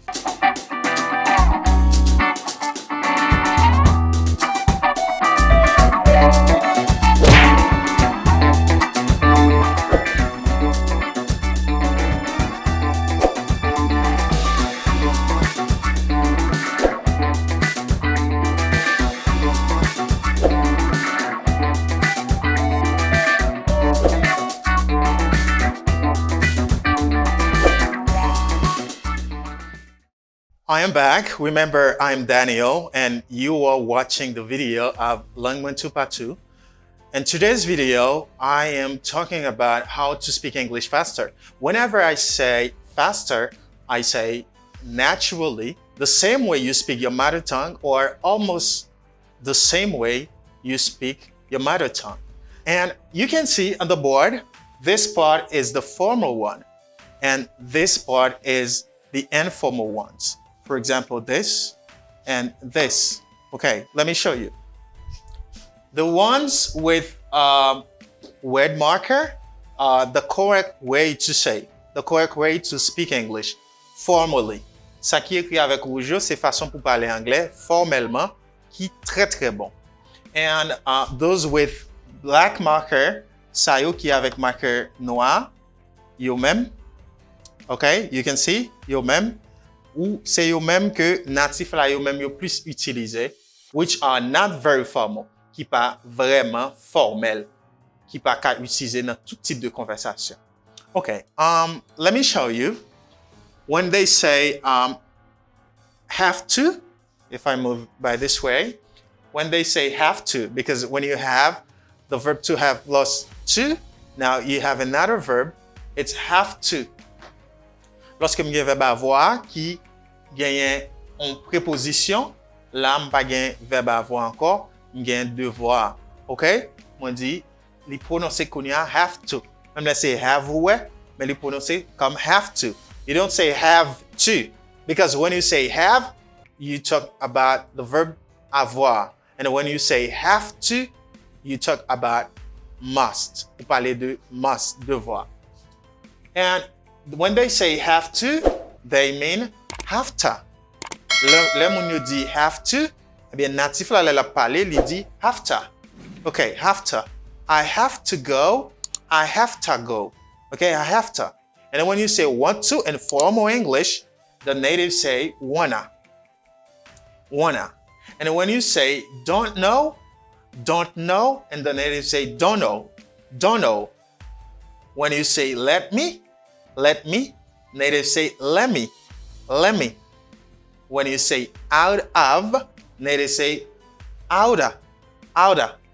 And when you say give me, natives say give me.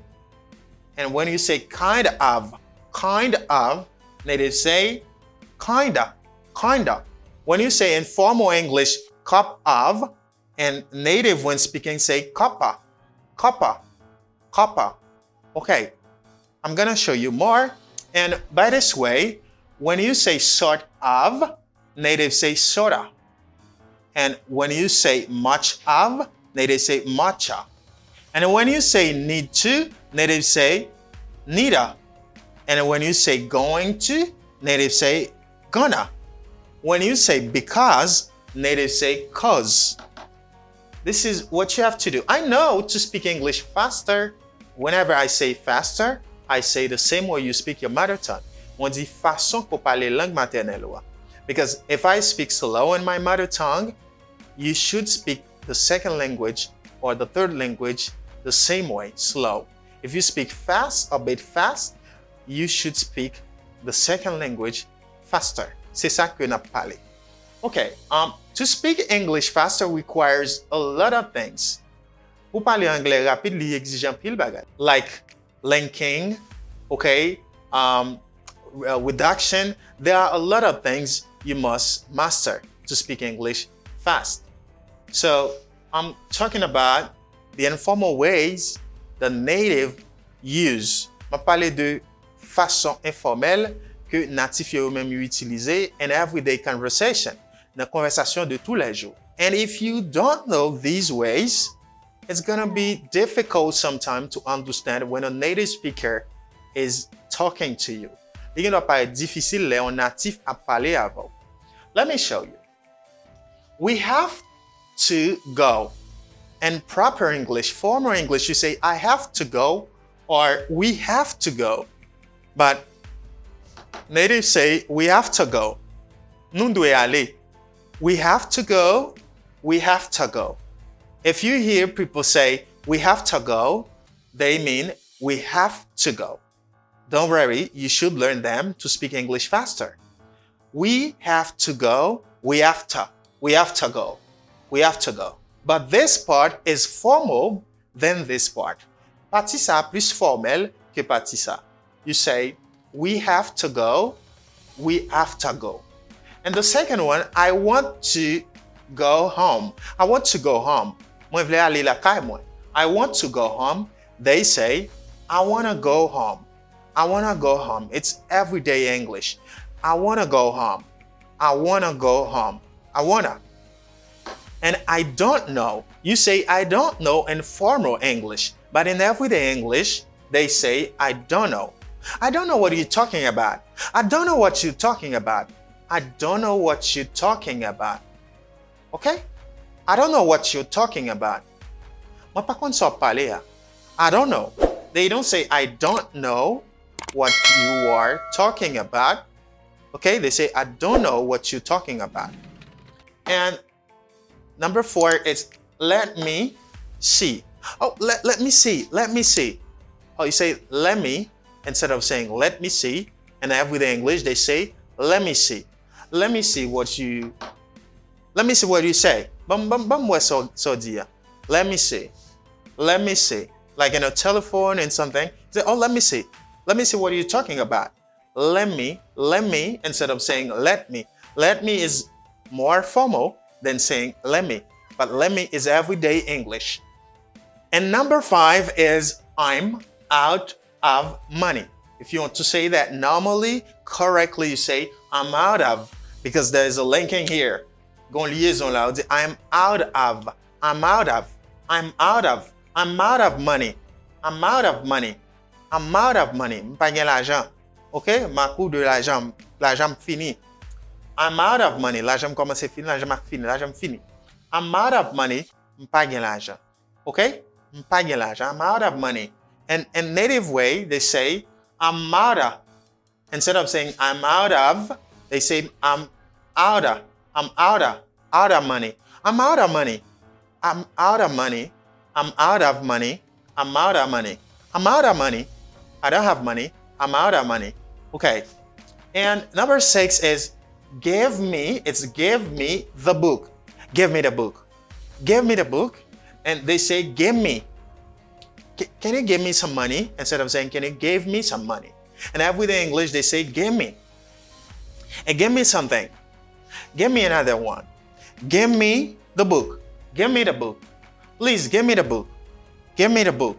Instead of saying, give me the book. If you say, give me the book, it's correct. It's good. But in everyday English, native usually say, give me, instead of saying, give me. Okay, you're right now. Number 7, you kind of cute. You kind of cute. You kind of. You link them. You say kind of. Kind of. Kind of. You're kind of cute. You're kind of cute. OK? Ou en quelque sorte, mignon. Belle. OK? You're kind of cute. You're kind of cute. And the native way, in everyday English, they say you're kind of cute. You're kind of cute. You're kind of cute. Instead of saying you're kind of cute. You're kind of cute. You're kind of cute. Great. And number 8, would you like a cup of tea? Would you like a cup of? You link them, you say cup of. Cup of. Cup of. It's correct to say cup of when you're speaking fast. And formal one, the formal one, the formal way to say, would you like, and this you say would you don't say would you, you say whenever you have D and plus Y, you say you. Okay, okay, like did you, instead of saying did you say did you. Would you like a cup of tea? Would you like a cup of tea? Would you like a cup of tea? Would you like a cup of tea? This is the correct one, the formal one to say. But in everyday English, they say, would you like a cup of tea? Would you like a cup of tea? Instead of saying cup of, because cup of becomes cuppa. Would you like a cup of tea? Would you like a cup of tea? Would you like a cup of tea? You can be confused because you knew cup of and you hear kappa. Ou capable de confusion parce que ou connaît capable et puis moun nan vinn devant lui dit kappa. Would you like a cup of tea? Dit, oh, what is that? Qui ça ou pas comprendre, you don't understand. Would you like a cup of tea? Would you like a cup of tea? Okay, now let me tell you what it means. Bon m'dou qui ça veut dire. Would you like a cup of tea? Est-ce que ou vle, est-ce qu'on pas aimer yon tasse thé? On tasse thé pour boire. Would you like a cup of tea? Est-ce qu'on pas aimer yon tasse thé pour boire? Like you offer someone. Would you like a cup of tea? Okay, you say that. And number 9 is she is sort of tired. Okay? She is sort of tired. You can say she is sort of tired. When speaking fast, you link them, you say sort of. Sort of. Okay? You say she is sort of tired. She is sort of tired. she is sort of tired. And when speaking fast, you say she is sort of tired. But it's the formal one, the good way to say. But in everyday English, native usually say she is sorta. She is sorta tired because sort of becomes sorta. She is sorta tired. She is sorta tired. Il est en quelque sorte fatigué, il est un peu fatigué. OK? Elle est un peu fatiguée, en quelque sorte fatiguée. She is sorta tired. She is sorta tired. Number 10 is, it's not much of a surprise, is it? It's not much of a surprise, is it? Now you link them, you say, much of. It's not much of a surprise, is it? And you say, is it? It's not much of a surprise, is it? It's the formal one, the clear one, the correct way to say. But in everyday English, native usually say, it's not much of. Much of becomes much of. It's not much of a surprise, is it? It's not much of a surprise, is it? Okay, you say, it's not much of a surprise, is it? Okay? C'est pas trop surprenant, c'est pas très surprenant. Donc, it's not much of a surprise. C'est pas trop impressionnant. Okay? For number 11, you say, you need to know about him. You need to know about about him. You need to know about him. But when speaking fast, you don't pronounce, let me check with another marker. You don't pronounce H. You know, in this word, you have to stress the H. Nan mot sa ou doit accentuer H là, ou doit dire him. Him, qui signifie lui. Him. Mais lor parler rapide, H là, la pa embarrasse ou, mais you swallow, you reduce, you réduit H là, you pas prononcer. OK? You dit, you need to know about him. About him, les vins font sorte de liaison là. En liaison, ou dit, you need to know about him. About him. About him. T becomes a flat D. T nan about la vignon D rapide. OK? Ou dit, au lieu de dire about him, ou dit about him. You need to know about him. You need to know about him. You need to know. Ou doit connaître monsieur. Ou doit connaître quelque chose à propos de monsieur. You need to know about him. But it's the correct way to say in formal English. But in everyday English, native usually say, you need to know about him. Natif souvent dit, ou bien toujours dit, you need to know about him. Because need to becomes neither. Need to becomes neither. You need to know about him. You need to know about him. Number 12, I'm going to tell you the truth. I'm going to tell you the truth. I'm going to tell you the truth becomes in everyday English, instead of saying going to, they say gonna. You know that. I'm gonna tell you the truth. I'm going to tell you the truth means m'bral dou la vérité. I'm going to tell you the truth. M'bral dou la vérité. But in everyday English, they say I'm gonna. Going to becomes gonna. I'm gonna tell you the truth. I'm gonna tell you the truth. To speak faster, you say, I'm gonna tell you the truth, instead of saying, I'm going to tell you the truth. Truth. Truth. And the last is, I cry because I'm sad. Why are you crying? Why do you cry? I cry because I'm sad. I cry because I'm sad. I cry because I'm sad. It's the correct way to say, the formal way. But in everyday English, the native speakers usually say, I cry because I'm sad. I cry because I'm sad. Because becomes cause. I'm cry because I'm sad. I cry because I'm sad. I cry because I'm sad. Good. And now it's time to say the native way in everyday conversation, everyday English. To speak faster, I'm going to pronounce for you. Moi pral prononcer pour vous, ça natif yo di chaque jour yo, qui fait li paraît tout jan facile, li paraît tout jan pi rapide, les parler ou même sous pas connaît yo, ça capable briver leur communiquer ou gain du mal pour comprendre. Parce que si on moun dit I have to go, moun nan dit I have to go, sous pas connaître ça gain doit faire ou douter ou dans confusion. They say we have to go. I wanna go home. I wanna go home. You should repeat after me, please. I don't know. I don't know. Let me see. Let me see. I'm out of money. I'm out of money. Give me the book. Give me the book. Give me the book. You're kind of cute. You're kind of cute. Would you like a cup of tea? Would you like a cup of tea? She's sort of tired. She's sort of tired. It's not much a surprise, is it?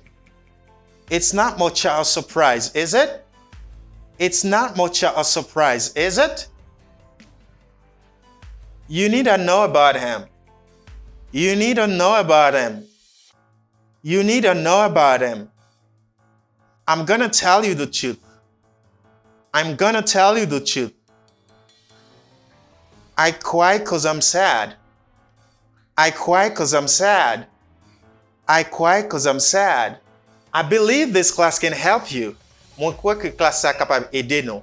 Là, nous fin regarder vidéo, si nous pas partager, partager. Si pas de like li. Si pas de commenter, commenter. Voyez ticket, voyez diffé. Commentez, dis-nous sur email, ça fait plaisir. I love you so much. Keep practicing them. Continuez pratiquer. Remember, this part is formal. And this part is informal. Pas oublier que partie ça formel, ou ka dire n'importe qui côté. Et partie ça informel, ou pas ka dire n'importe qui côté. I love you so much and working for you. Catch me in another video. Do not forget to let me know. Pas oublier pour faire me connaître sur mes vidéos, sur apprendre de nouveau là-dedans. Et puis pas oublier sur faire venir sur channel là pour commenter et ensuite dire mon nouveau, ça fait plaisir. Et puis abonner, activer cloche notification, mettez surtout pour toujours joindre vidéo n'a posté parce que nous postons vidéo chaque jour. We post video every day. Catch you later. Hello everybody, welcome to a new video. My name is Daniel and today's class we're going to talk about defective verbs. Dans la vidéo aujourd'hui, on va parler de defective verbs or modals. I have on the board 5 tips to use defective verbs. Moi j'ai 5 façons, 5 conseils pour capable bien utiliser verbe défectif yo.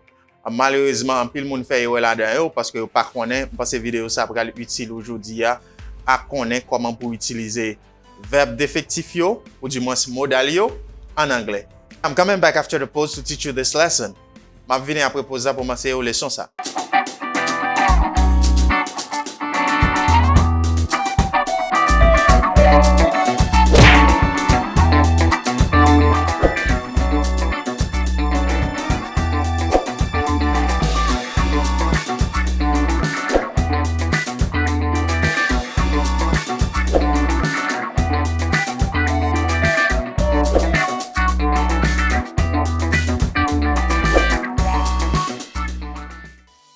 Welcome back, friends, to teach you about defective verbs. Defective verbs can, may, must, ought to, and can.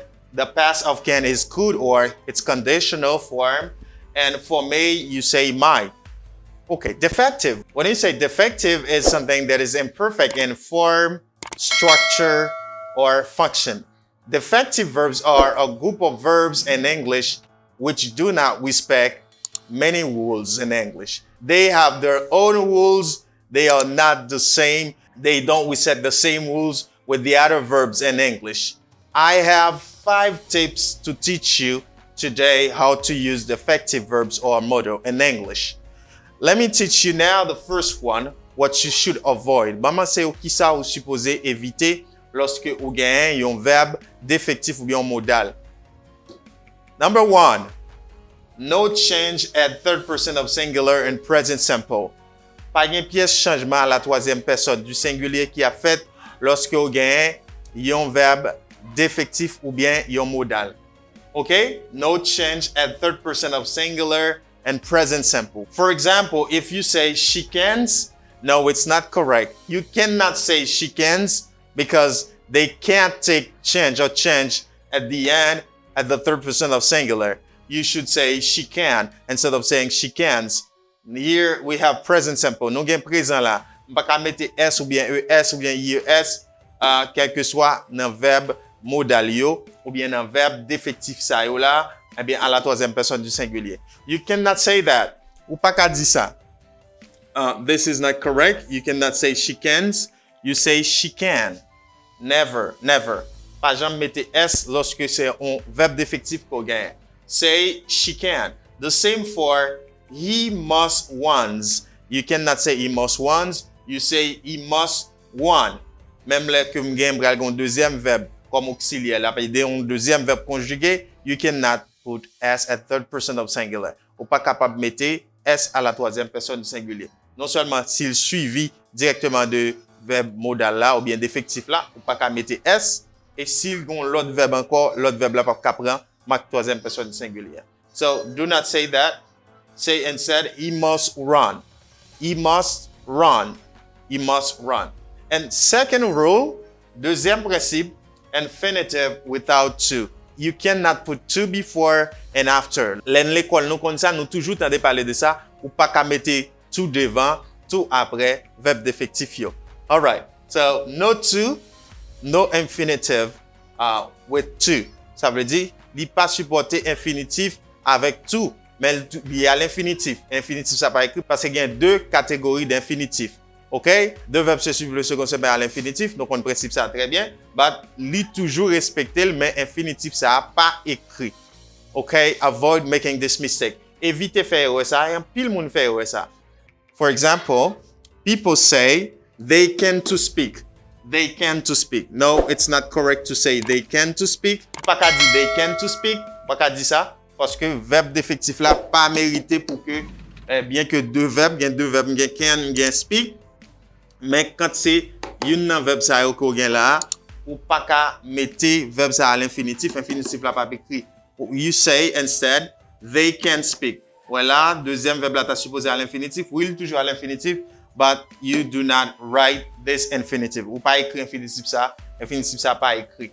Great. It's the second rule, the second tip to respect. C'est deuxième conseil et deuxième règle que vous supposez respecter when talking about defective verbs. The third one is no continuous form. No continuous form. No continuous form. You cannot put ing and the defective verbs. Ou pas qu'à mettre ing quand on va parler de forme continue pour verbe défectif. Par exemple, ou pas qu'à dire I am canning. You cannot say I am canning. Okay? No, it's nonsense. Li pas gen sens du tout. Ou pas qu'à dire I am canning. You say I can. You cannot use present continuous or continuous tenses for them. You use present simple for them. Ou pas qu'à utiliser présent continu ou bien le temps continu pour yo, ou utiliser présent simple. You say I can instead of saying I am canning. And number four, numéro 4, no do for negative and interrogative form.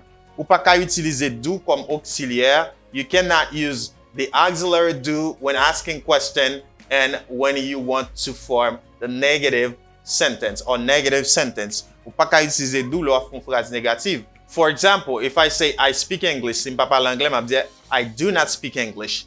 Okay? But for defective verb, you cannot put do plus not. Ou pas qu'à mettre do plus not pour former forme négative. Like you cannot say they don't must go. They don't must go. You pas doué aller. They don't must go. No, is not correct.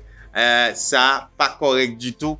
You should say they must not go. They must not go. They can take the negation not to form the negative form, the negative sentence when you use one of the defective verbs. Là, utiliser une dans verbe défectif yo cap toujours prend négation not pour former forme négative yo. You can say they must not. You do not need do anymore. Ou pas besoin do encore parce que même yo libre yo capable faire ça. A second example for interrogative form or interrogative form, you can use the same thing. Okay, for interrogative form, you say, do you can speak English? Do you can speak English? No. With defective verb, you can inverse. Avec verbe défectif, you can faire inverse du sujet. Par exemple, si moi dit, I can go, mais leur poser question, on dit, can I go? The same for do you can speak English, which is not correct. Ça pas bon du tout, parce qu'on pas qu'à dire ça. What can you say? You say, can you speak English? Can you speak English? Parce qu'on pas besoin do pour poser question avec verbe défectif. Mais l'autre verbe ordinaire, c'est do. Like, I speak English. Do you speak English? All right, good.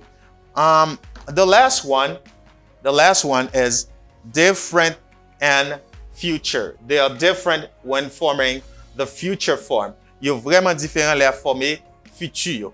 So what you should do, look at that. You cannot say, I will can teach. Ou pas qu'à dire I will can teach. Parce que you're pas d'accord pour utiliser auxiliaire will pour mettre au futur. What to say? If you cannot say that, so pas qu'à dire ça, qui ça pour même pour dire? You use to be able to. OK, ou utiliser l'expression to be able to. Être capable de, au lieu d'utiliser can. Ou capable de mettre au futur lorsque vous utilisez l'autre expression qui correspond avec yo. Mais on pas qu'à mettre directement can au futur avec will. You cannot say that. Or I am going to can. No, you cannot say that. You say, I will be able to teach. For example, when you have can, you mean be able to. Expression qui correspond avec can, non, c'est be able to, être capable de. The same expression qui correspond avec may, là, c'est allowed to. Must, expression qui correspond à must, là, c'est to have to. Pas have, c'est have to. Le prononcer comme have. Et expression qui correspond à ought to, c'est be obliged to. Be obliged to. Whenever you want to put them in future, use one of this, okay? For can, you say this. For may, you say this. For must, you say this. And for ought to, you say this. Great. I think you learned today in this class. Moi, pense qu'on apprend un pile jodi dans classe ça. Ou connaît jodi pour pas dire chickens encore. Okay? Only if you have a verb. Seulement si vous avez un verbe ordinaire can, qui signifie embouteiller, mettre en boîte, emboîter, etc. Ça sont l'autre bagaille, ils sont verbes ordinaires. Vraiment différents. But you ou pas qu'à dire chickens, I must to go, I can to speak English. En pile fois, je vois un monde qui écrit message qui dit ça ou bien qui parle anglais, qui dit ça yo lorsque yo même y a parlé anglais. Évitez faire erreur ça yo. Évitez mettre I can to want. Évitez dire I can to go. Okay? I can to sleep. Say I can go or I can sleep. Évitez dire ça. So, évitez mettre ing là-dedans yo. Hey. And then avoid using do. For question, évitez utiliser do pour question ou bien pour forme négative.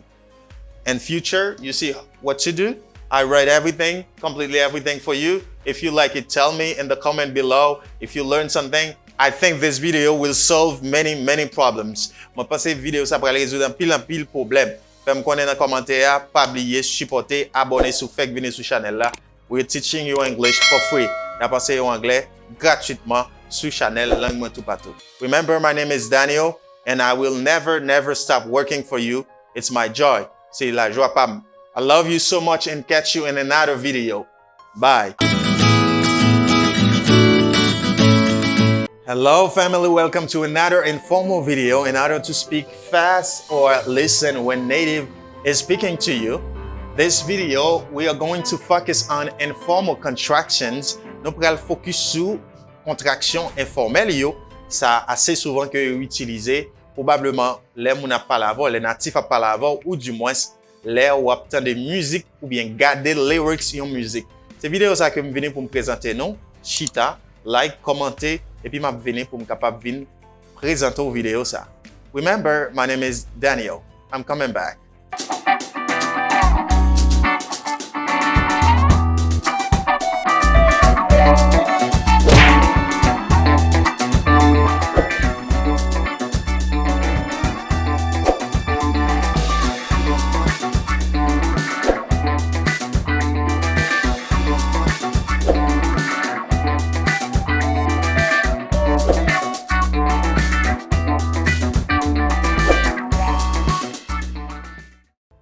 Welcome back, friend. I am talking about informal English.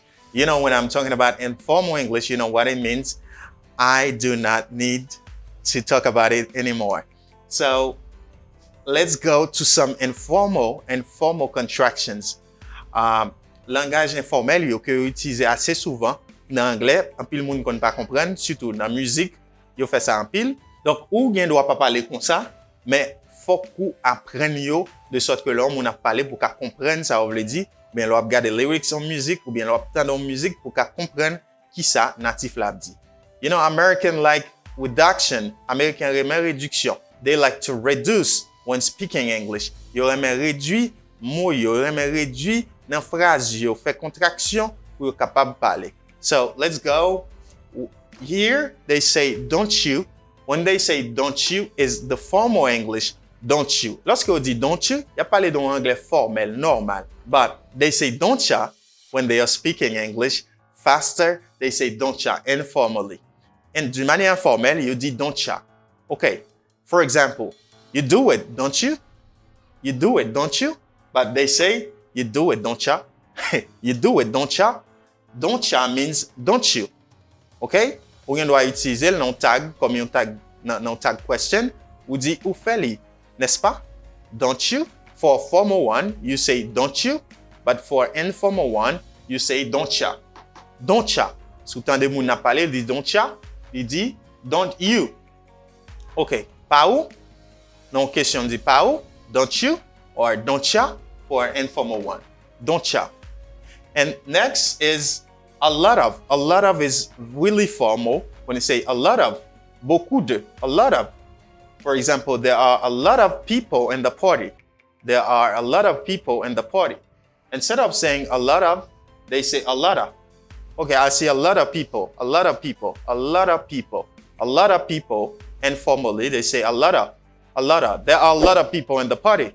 A lot of people, a lot of. Even they are informal, but there are some of them which are really common. Même les que yo informel, mais il y en a là qui vraiment commun, qui en pile fois yo utilisé très souvent dans communauté. Say a lot of instead of saying a lot of. A lot of. A lot of. A lot of. Soit fait liaison en formel là, ou dit a lot of, mais informel là dit a lot of. A lot of. A lot of people. Okay, a lot of people. I need a lot of people. To do that, I need a lot of people. Like the DJ can say, I need a lot of people to play here. I need a lot of people. Okay? We need a lot of people to play here. Nous besoin pile moun ka jouer là. A lot of. And the next is got a. Okay. I got a book to read. I got a book to read. Mwen gen un livre pou m'li. I got a book to read. And they say I got a book. I got a book to read instead of saying I got a book to read. I got a book to read. I got a book to read. I got a book to read. Got a becomes gotta. And next is supposed to. You're supposed to do it. You say you're supposed to. You're supposed to do it. You're supposed to do it instead of saying you're supposed to do it. You're supposed to do it. You're supposed to do it. You're supposed to do it. You're supposed to do it. And when you have bet you say bet you when speaking, and you say betcha. Yeah. I betcha. I bet you. Okay. I betcha. They say bet you for formal one. They say betcha for informal one. I'm a pariavo. Okay? I bet. You say bet you. Mais yo même yo dit betcha.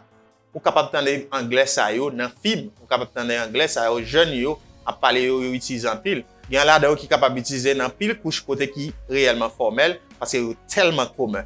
Mais type d'anglais ça c'est pas tout là-dedans yo ko, c'est pas yo tout ko capable d'utiliser n'importe qui côté parce que yo informel. And instead of saying betcha, you say betcha. And next, you say should have. You should have done that. You should have. Do fait ça. T'as dû faire ça like an advice. You should have. And they say shoulda. You shoulda. You should have done. You should have done. Instead of saying you should have done. You shoulda. Yeah, you should have done that. You shoulda. he shoulda done that. He shoulda. Shoulda. That means should have becomes shoulda. The next one is might have. And you know, might is a modal verb. You say mighta. Mighta. Là where might have, you di mighta. Mighta. Might have becomes mighta. Might have. Mighta. Mighta. And when you have would have, you say woulda. Okay? Would have becomes woulda. Woulda. Okay? Mighta. Mighta. Okay? Mighta. Or mighta. Woulda. Woulda. And the next is couldn't have. Couldn't have. For example, if I say you couldn't have it. You couldn't have it. Ou pas capable gagner li. Ou pas capable gagner li. You couldn't have it. Pas capable gagner. But informally they say you could not. You could not it. You could not it. You couldn't have it. You could not it. Because couldn't have means could not for informal way. You di could not. Could not. Could plus N represent the negation and A represent have. They say could not eat. You could not eat. You could not eat. If you hear people say you could not eat. If you hear someone says you could not eat. You could not eat. The person means you couldn't have it. You couldn't have it. You couldn't have it. And this is come on. You know, come on. And sometimes they say come on. Come on. Come on. Hey, come on. Come on, man. Come on, man. On compte des gens natifs yo, ti moun yo, jeunes yo, adolescents yo, qu'on a utilisé ça. Come on, man. Come on. Hey, come on, man. Come on. Instead of saying come on, they say come on. Come on. This. Come on. So, it's a way to speak fast. Son façon pour nous capable parler rapide. Say come on instead of saying come on. Come on. You say come on. Come on. Good. Let's go here. Must have. Must have means doit gagner. For example, you must have it. Ou doit gagner. You must have it. In formal way, you say must have. But in informal way, if you'd like to speak faster, you say muster. For example, you muster it. Instead of saying you must have it, you say you muster it. You muster it. Good. Muster. That means must have becomes muster. And next, got you. Got you is the informal way of get you. Let me show you what I'm talking. When you say get, the verb to get you. When you say get you, like I get you, I understand you. I get you. Moi comprends nous. But en forme informelle de get you, c'était got you. Okay? Got you. Got you. Okay? Si on dit I get you, c'est formel. Si on dit I got you, c'est informel. Even though the past of get is got. Même les formes passées de get, c'est got, mais yo t'ai toujours utilisé got you. Tant coup c'est présent. Okay? I got you. Li pa vle di que nous te comprend non. Par exemple, si on va utiliser dans sens comprendre, parce que le verbe to get vle di en pile bagay. Eh bien, on dit moi comprend non pour le présent. So, if you want to be informal, si tu vle vin plus informel, got you vin gotcha. Gotcha. Okay? Gotcha. Like, do you understand what I say? I gotcha, boss. I gotcha, boss. I got you, boss becomes I got you, boss. I got you, boss. Great. Next is want you. When speaking fast, you say want you. Want you. You will go to the party, want you. Vous prenez la fête là, pas vrai? Want you. But want you becomes want ya. Yeah, you go to the party, want ya. You will go to the party, want ya. Want ya. You will go to the party, want ya. Or you will go to the party, want you. Want you becomes want ya. Want ya. C'est futur, négation de futur, de will not, qui va want plus you, want you. Eh bien, informally, they say want ya. And this is didn't you. Didn't you. Didn't you becomes didn't ya. Like didn't And here represent the negation, not, and cha, you. Okay? You say didn't cha, didn't cha. For example, you ate it? You ate it, didn't you? You ate it, didn't you? Ou te mangé, n'est-ce pas? You ate it, didn't you? You ate it, didn't you? You ate it, didn't you? Ou te mangé, n'est-ce pas?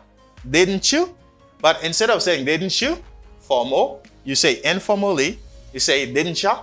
You ate it, didn't ya? You ate it, didn't ya? Ou te mangé, n'est-ce pas? Didn't ya? Didn't ya? And this is some more, some more, some more. Un peu plus, ou bien quelques some, capable de traduire par quelques tout. Some more. Some more becomes more. Like, I will need some more time. I will need some more time. Au lieu pour moun nan di, I will need some more time, il dit, I'll need some more time. I'll need some more time. I'll need some more time to do it. On besoin plus temps pour me faire. I'll need some more time to do it. Instead of saying, I'll need some more time to do it. And next one. Next is tell them. Tell them, dio, en bon créole. Tell them. Tell them becomes tell him. Tell him. Ça, li même rive dans de discours formels, son système de réduction, even Trump, l'opta de Trump, en pile l'autre monde, ou est que yo utilise réduction ça, qui fait côté pour yo di them, yo di him. Like, tell him. But in music, if you like rap, if you used to listen to rap, like Soulja Boy, tell him. Soulja Boy, tell them. Instead of saying tell them, they say tell him.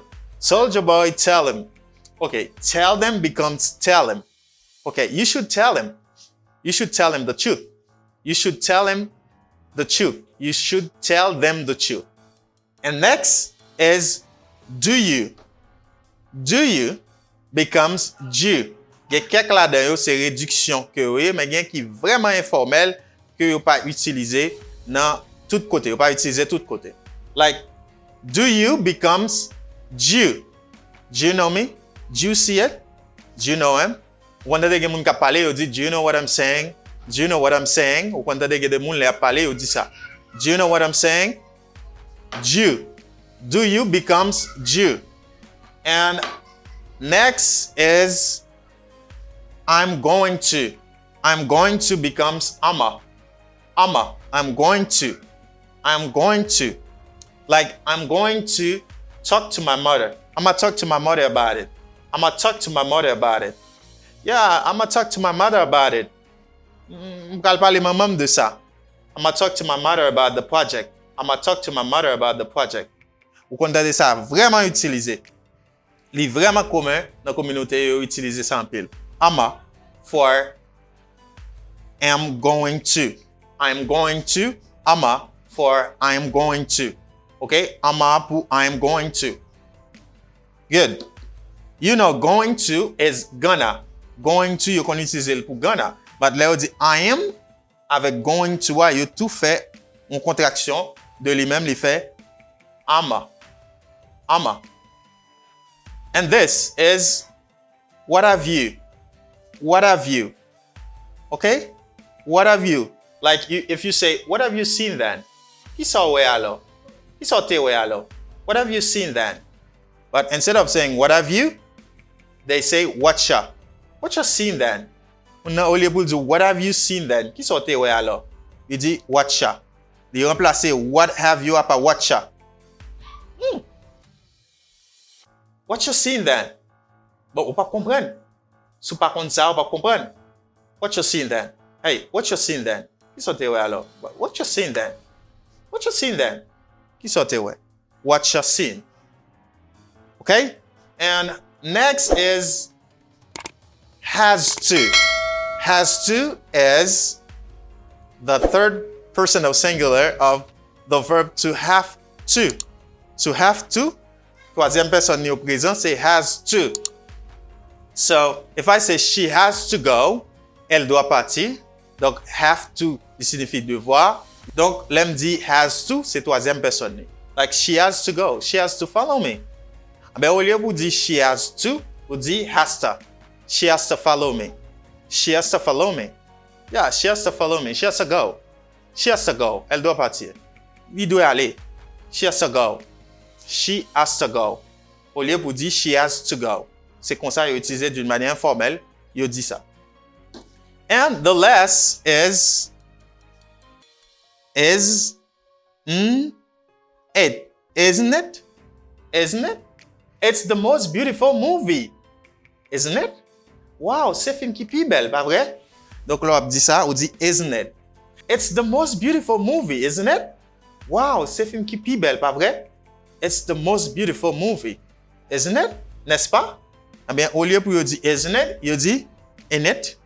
It's the most beautiful movie, in it. In it. Vous êtes capable d'entendre ça? It's the most beautiful movie, in it. Yeah, assurément, vous entendez, vous n'avez parlé comme ça, ou bien dans le film. It's the most beautiful movie, isn't it? Isn't it? It's the most beautiful movie, isn't it? Eh bien, au lieu pour dire isn't it, vous dites in it. It's the most beautiful movie, in it. It's the most beautiful movie, in it. And now, let me read for you to finish. When you see don't you, it's formal. If you want to use the informal way, you say don't ya.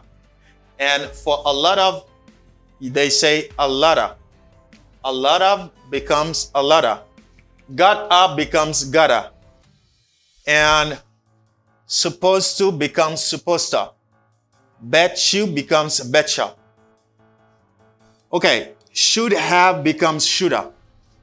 Might have becomes mighta. Would have becomes woulda. Couldn't have becomes couldn't.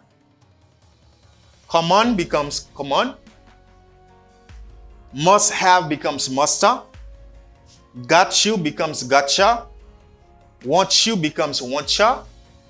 Didn't you becomes didn'tcha. Some more becomes more. Tell them becomes tell him. Do you becomes do. I am going to becomes ama. What have you becomes whatcha. Has to becomes hasta. Isn't it becomes in it. I think you learn in this video. You will practice them. Practice, practice, and practice again. If you don't like to use informal way, you should learn them anyway to listen, to understand when somebody uses them in a conversation. Thank you so much for watching. I love you so much. Catch me in another video. Bye. Hello, my name is Daniel. Welcome to this new video. And today I'm going to talk about the difference between never and ever. Aujourd'hui, on va parler de différence qui existait avec never et ever. And I'm going to be teaching you how to use never and ever in a conversation. I'm coming back. Don't move. Pas bouger. M'a vini pour capable venir enseigner au classe.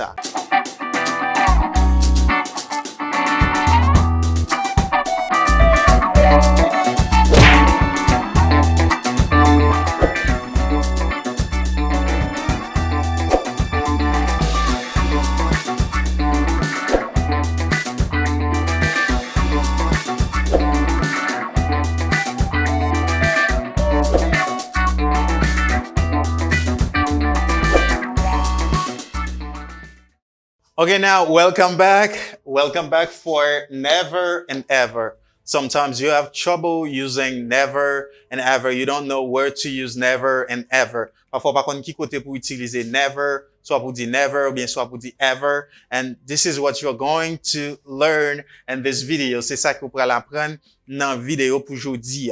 Never and ever means in French or Creole, parfois, déjà, jamais. OK? Tous les deux signifient déjà, parfois, et puis jamais. Madame, pile fois, non plus qu'on est never sous jamais. OK? Mais tous les deux, ça y veut dire parfois, déjà, et puis jamais. And never is not at any time. And ever at any time. OK? When you see ever at any time, and when you see never, not at any time. So, how can you use, firstly, never? Comment on est capable d'utiliser never? On est capable d'utiliser never as a negation. Ou capable d'utiliser never comme une négation. And secondly, you have to use never and then affirmative sentence. Ou supposé utiliser never and then affirmative sentence. Ou supposé utiliser never non phrase affirmative, like no, tant que no. Donc, phrase là, automatically you will have a negative sentence. Automatiquement, vous allez avoir une phrase négative. C'est comme ça pour utiliser never. So, ou capable toujours utiliser never avec plusieurs autres temps. Like past, ou capable toujours utiliser never avec past tense, ou capable toujours utiliser avec perfect tense. Like present perfect, ou capable toujours utiliser avec temps ça. So, let me show you what I'm talking about, giving you example. Example as never, when you have never as a negation. Login never comme une négation, comment on capable d'utiliser. Like, if you say, he never says thank you. He never says thank you. You know, when you have never, login des adverbes de fréquence, like always, never, login yo, même les ou gain yo, verbe la toujours prend marque troisième personne when you have present simple. Verbe la toujours prend marque troisième personne nan, quand c'est présent simple. Whenever you have never, always, sometimes, placed between the subject and the verb, as soon as you use present simple, the verb should take the present simple mark, like SES, something like that. For example, he never says thank you. He never says thank you. Whenever you have a sentence like that, even though you take off never, you will have an affirmative sentence like he says thank you. He says thank you. It's an affirmative sentence. It's because of never I have a negative sentence. C'est pas à cause de never que nous venons gagner une phrase négative, mais phrase là c'était une phrase affirmative. Ça veut dire you use never in an affirmative sentence. Ou utilisez never dans une phrase affirmative. OK? Donc là moi dit, il pas jamais dit merci. Il pas jamais dit merci. So he never says thank you. Si moi tire never là dit, he says thank you. Il dit merci. Let me give you a second example with another tense. Bamba donc deuxième exemple avec un l'autre temps. For example, I've never been to Brazil. I've never been to Brazil. I've never been to Brazil. So you have present perfect here. Nous gagnons present perfect. Donc present perfect ça vient faire que donc si me retire never, I have been to Brazil. Donc c'est toujours une phrase affirmative. When I put never, I say I've never been to Brazil becomes a negative sentence. Ça vient faire une phrase négative automatiquement. Okay, automatiquement. So you use never and then affirmative sentence, and never is a negation. And you can use never with whatever tense you want. Ou capable d'utiliser avec quel que soit temps ou voulez. Ou utiliser le nom phrase affirmative parce qu'il c'est déjà une négation. So now, let's go to ever. Nous allons aller dans ever. Ever. You use ever like when I was talking about never, you say you use never in a negative sentence, but ever is not a negation. OK? Ever li même pas une négation. Ça veut dire pas qu'à utiliser même Jacques never. Là me mette négation, pour là me pas mettre un, ça veut dire que li pas une négation. So never c'est une négation, ever pas une négation. Good. And you use ever in a negative sentence. Ça veut dire on va utiliser ever dans phrase négative. Faut phrase là déjà une phrase négative ou que ou même utiliser ever. Ou pas qu'à utiliser le même Jacques never. Secondly, you use ever in a question. We utilize ever in a question. When I say in a question, I mean in an interrogative sentence. Non phrase interrogative, non phrase question. You use ever in an interrogative sentence. Non phrase interrogative, non phrase question. And after you use ever with superlative with perfect tense, like present perfect. We utilize dans une phrase côté utiliser superlative with perfect tense, avec temps perfect. I'm gonna show you. So let me start with negative sentence. Je vais commencer avec phrase négative. You say, don't ever talk to me like that. Don't ever talk to me like that. Okay, this sentence means never talk to me like that. Pas jamais parler avec moi comme ça. So, mais yo pas dit never talk to me like that. Yo utilisez ever, donc yo utilisez don't. Don't is do not. Do not. Not is the negation. Not c'est négation. Do not. Let me get do not c'est négation. So, là, mon pas qu'à utiliser never, moi utiliser ever because this sentence is a negative sentence. Like, if I say, don't talk to me like that. If I take off ever, si m'da enlevé ever, moi dit don't talk to me like that, phrase a toujours une phrase négative. Et si m'bral mette ever, donc ça veut dire pour mettre ever dans une phrase, eh bien phrase là est supposée une phrase négative. D'accord? Il suppose une phrase négative. For example, don't ever talk to me like that. Don't ever talk to me like that. Do not ever talk to me like that. And secondly, you use it in an interrogative sentence, non phrase interrogative.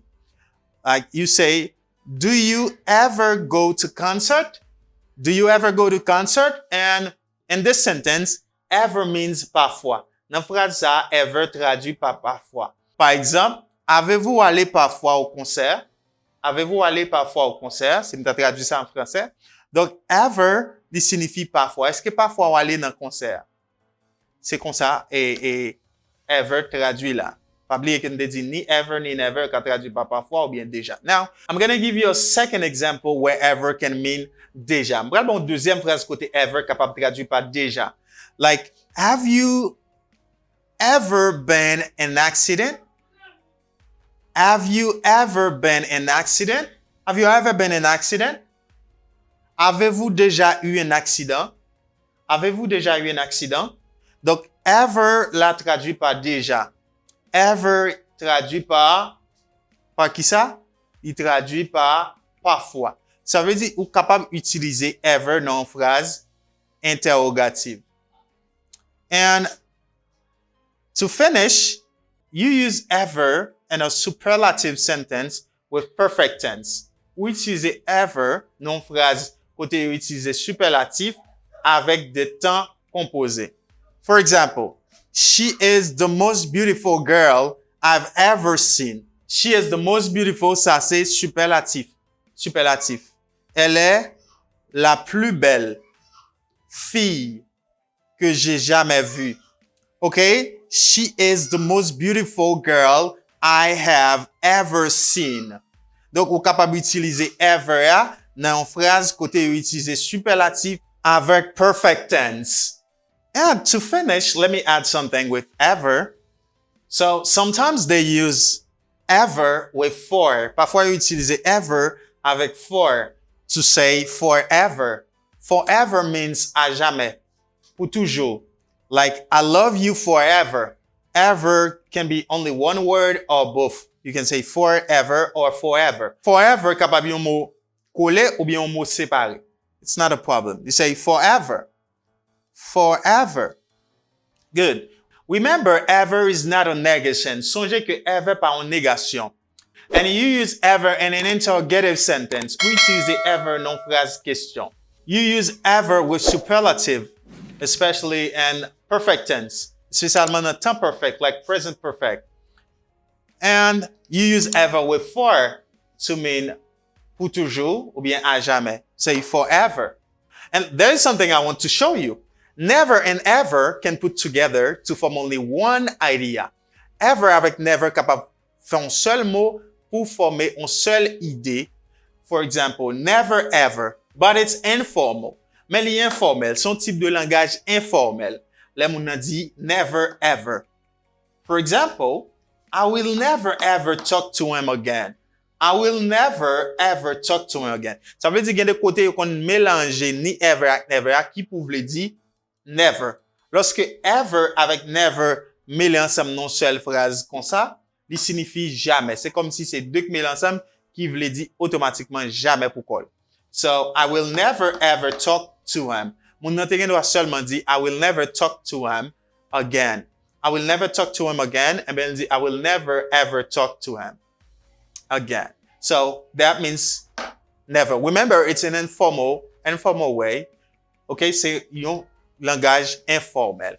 Remember, you use never in an affirmative sentence and you use ever in a negative sentence. Ou utiliser never dans une phrase affirmative et ou utiliser ever dans une phrase négative. Ou bien dans une phrase question. Ou ka utiliser ever tout avec superlatif qui accompagné de temps perfect.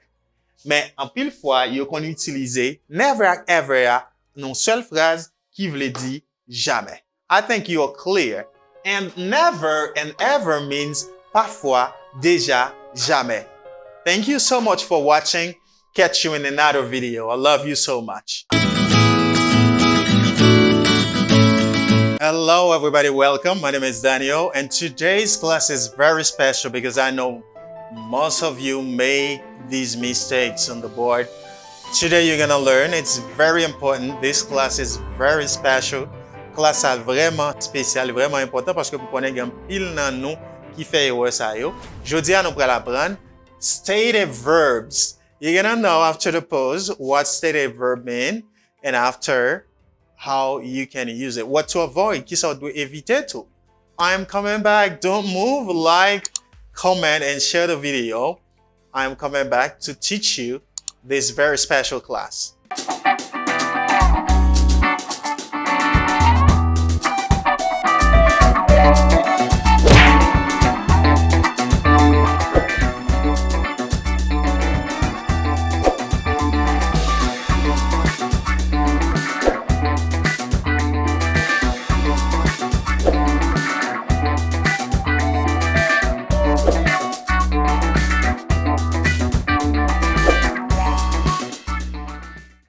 All right, welcome back. Today's class, we're going to learn something very special, stated verbs. Nous allons apprendre by très spécial, some important stuffs, because I know many of you make this mistake or these mistakes on the board. You should learn them to avoid making the same mistakes. Vous supposez apprendre ça pour éviter faire même erreur. Now, what is stated verbs? Or what are the stated verbs? What is a stated verb or what are the stated verbs? Qui sa stated verbs yo ye? Let me tell you. A stated verb is a verb that describes a state rather than an action. Or I can say a stated verb is generally expresses a state rather than an action or activity. Your stated verb c'est un verbe qui exprime un état au lieu de une action, bien de activité. Like, if I say understand, understand is a stated verb. C'est un état. Okay? Understand signifie comprendre. It's not an action verb. When you say understand, you don't do an action. C'est ça, stated verbs yo même, yo ye. Let's learn. I have many stated verbs on the board. You cannot put the stated verbs and continuous forms. Ou pas ka mette stated verbs yo nan temps nan forme continue yo. Ou pas ka di I am understanding or I will be understanding. Ou pas ka mette stated verbs yo nan temps progressif yo or continuous forms. Ou pas ka fè ça. You should avoid that. Ou supposé éviter ça. Because I know many people do that. An pile moun fè ça. Many people make these mistakes. An pile moun fè erreur sa yo. You should correct them now. Ou supposé corriger yo kounya. Let's go with the first one. An nou ale avec premier stated verb la. The first stated verb we have here is feel. Feel. Feel. Okay. You see, people might say, I am feeling love today. I am feeling love today. Can you say I am feeling love today? No. Let me take another marker. Let me take a red one. Okay, I take a red marker. I am feeling love today. Okay? Moun nap di mwen senti lan mou jodi a. Li di I am feeling love today. No, you can't say that. Why you can't say that? Because the verb to feel is a stated verb, and these kind of verbs don't want to be in progressive form. Yo pa vle ale nan forme progressive. They can't. Yo pa kapab ale nan forme progressive. So instead of saying, I am feeling love today, you should say, I feel love today. That means the second sentence is correct. Deuxième phrase là, li correct. You see? Okay. I feel love today. Mwen senti l'amour jodi ya. Do not say, I am feeling love today. Ki sa stated verb yo ye? Stated verb yo se de verb ki pa vle pou mette yo nan temps continu. Temps continu se la wap di yon action a fait pou nya. Stated verb yo pa exprime yon action. Yo exprime yon état. Okay? Yo pa exprime yon activité, yon action. I feel love today. Good. The second verb, stated verb is mind. Mind. Okay. She is not minding. Li pa déranger. Like, ou kon tande moun yo ap di, I don't mind. Yes, when you say I don't mind, li correct. Paske ou pa mette l nan temps progressif. Good. She is not minding. This sentence is not okay. It's not correct because you say she is not minding. You can't put ing in progressive tense, but in gerund, you can do that. Nan forme gérondif, ou kapab mette ing, mais ou pa ka mette l nan temps continu. Good. She is not minding is not correct. Okay. She does not mind. She doesn't mind. She doesn't mind. She doesn't mind. Okay. She does not mind. She doesn't mind. Okay, li pa déranger. Ça pa déranger li. Ça pa déranger mademoiselle là. The second one is correct. You say she doesn't mind or she does not mind. And after we got believe. Believe is a stated verb. You can't put ing in believe for progressive or continuous tense. Ou pa ka mette ing nan forme continue nan believe pour exprimer une action qui a fait pou nya. Because believe is not an action verb, it's a stated verb. Good. For example, they were believing him. Yo te kwen nan misye. They were believing him. Believing him. They were believing him. No, you can't say they were believing him because this is a progressive form. You cannot put the verb to be before and plus ing in the stated verb. Ou pa ka mette verb to be devant on stated verb et puis pour le prendre ing. D'accord? Good. That means this sentence is not correct. Ça veut dire phrase ça pas correct.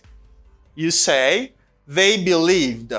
They say where, c'est parce que te gen idée, they have intention. They think with the past form of the verb to be, and you should say they believed.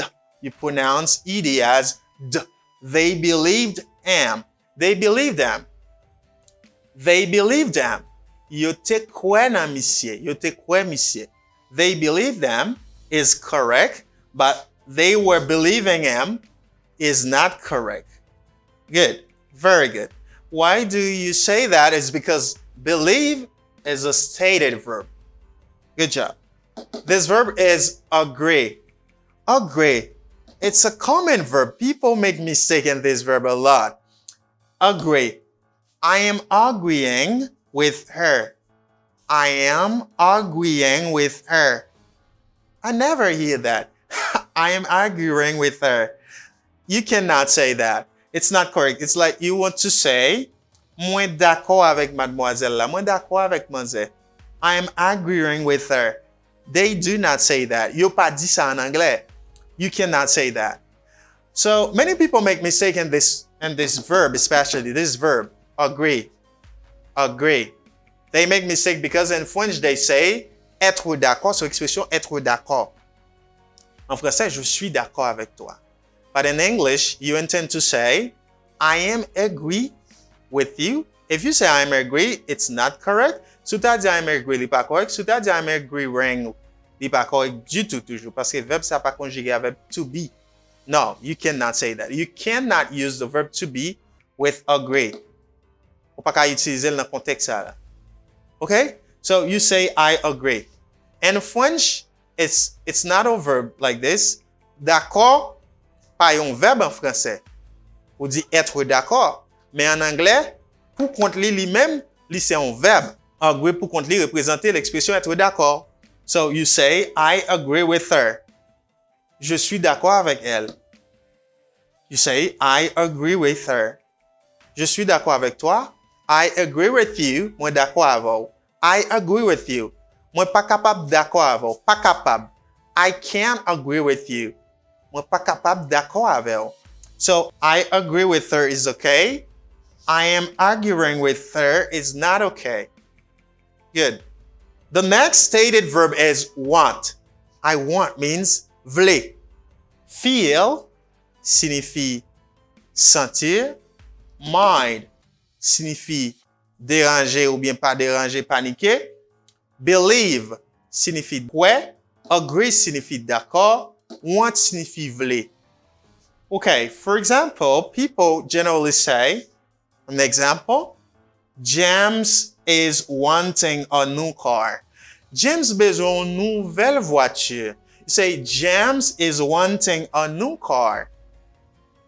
No, it's not correct because want cannot be in this form. Want pas qu'à la forme ça. You cannot say, I am wanting something. No, you say, I want something. Why? It's because it's a stated verb. It's not an action verb. Good. What to say? Qui ça pour dire? You say James wants. Because after James in present simple, you say wants. You add S for the third person of singular. James wants a new car. James wants a new car. The first one is not correct.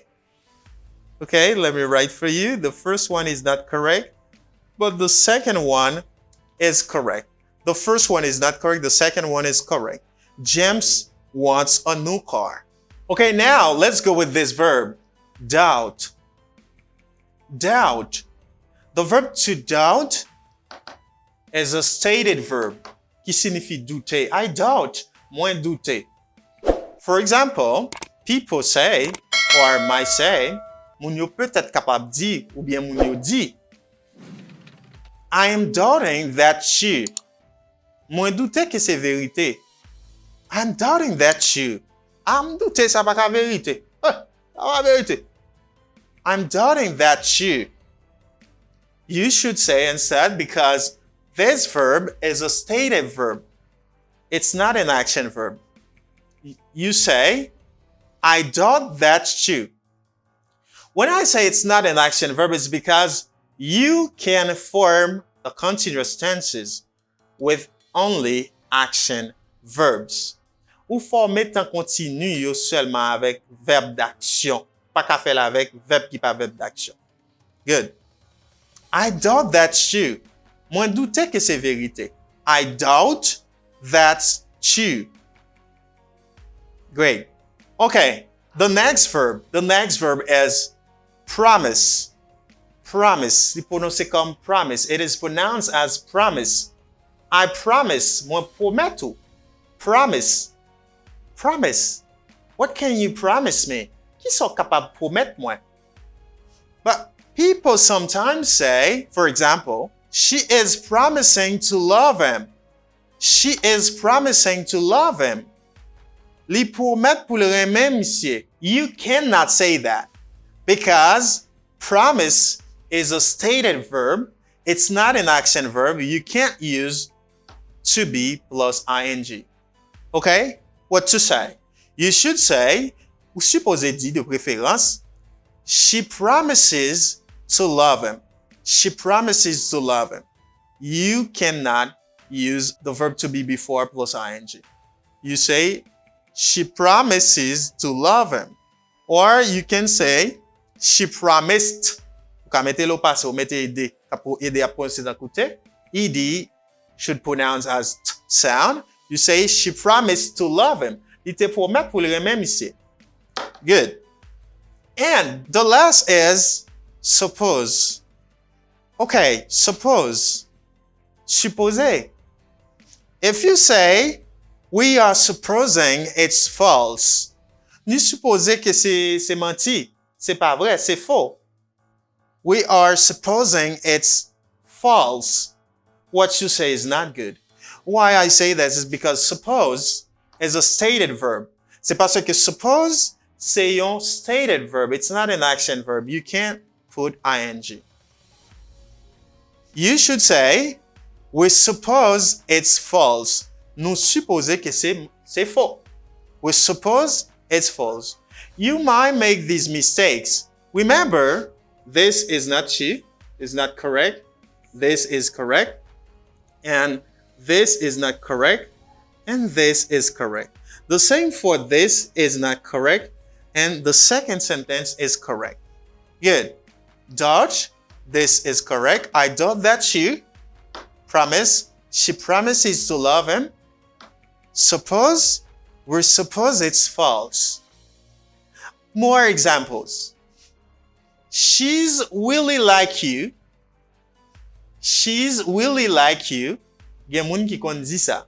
Gen moun ki kon di she's really liking you. Gen moun ki kon di she's really like you. Both are not correct. What to say? You should say this. Say this. Say, she really likes you. She really likes you. Li vreman reme ou. So you should say, she really likes you. Or instead of saying, she's really liking you or she's willing like you. And people say, I understand. It's one of the famous mistakes people make. C'est yon erreur moun plus reme fait qui say I am understand. You cannot say I am understand. Ou pas ka di I am understand. Do you understand? Moi, pile moun écrit ça. Yo écrit ça en pile. You should say I understand. Parce que devant understand ou pas ka mette verbe être. And only if you use passive words. Et seulement si vous utilisez voix passive. M'a dit I am understood. Ou ap utiliser participe passé. Okay? But you cannot say, I am understand. No, it's a big mistake. You say, I understand. Je comprends, I understand. Parce que quand pile moun capable prendre parler anglais, yo toujours penser anglais à tout ça, dit c'est am. I'm no man, I understand, I'm like. No, anglais c'est pas am. Il y a un côté pour dire am. Good job. So, I hope you learned this. It's a very special class. C'est une classe qui est vraiment importante. Sou remen, voye di fe, voye ti ke, voye fleur, if you like it, et puis partager vidéo a. Fèm kon nou remen nan commentaire. Si kon ba ke mba ajoute, pose m question même jan, ma toujou répondre non. I love you so much, and I am still working for you, because my job is very special. I love you and catch you in another video. Bye.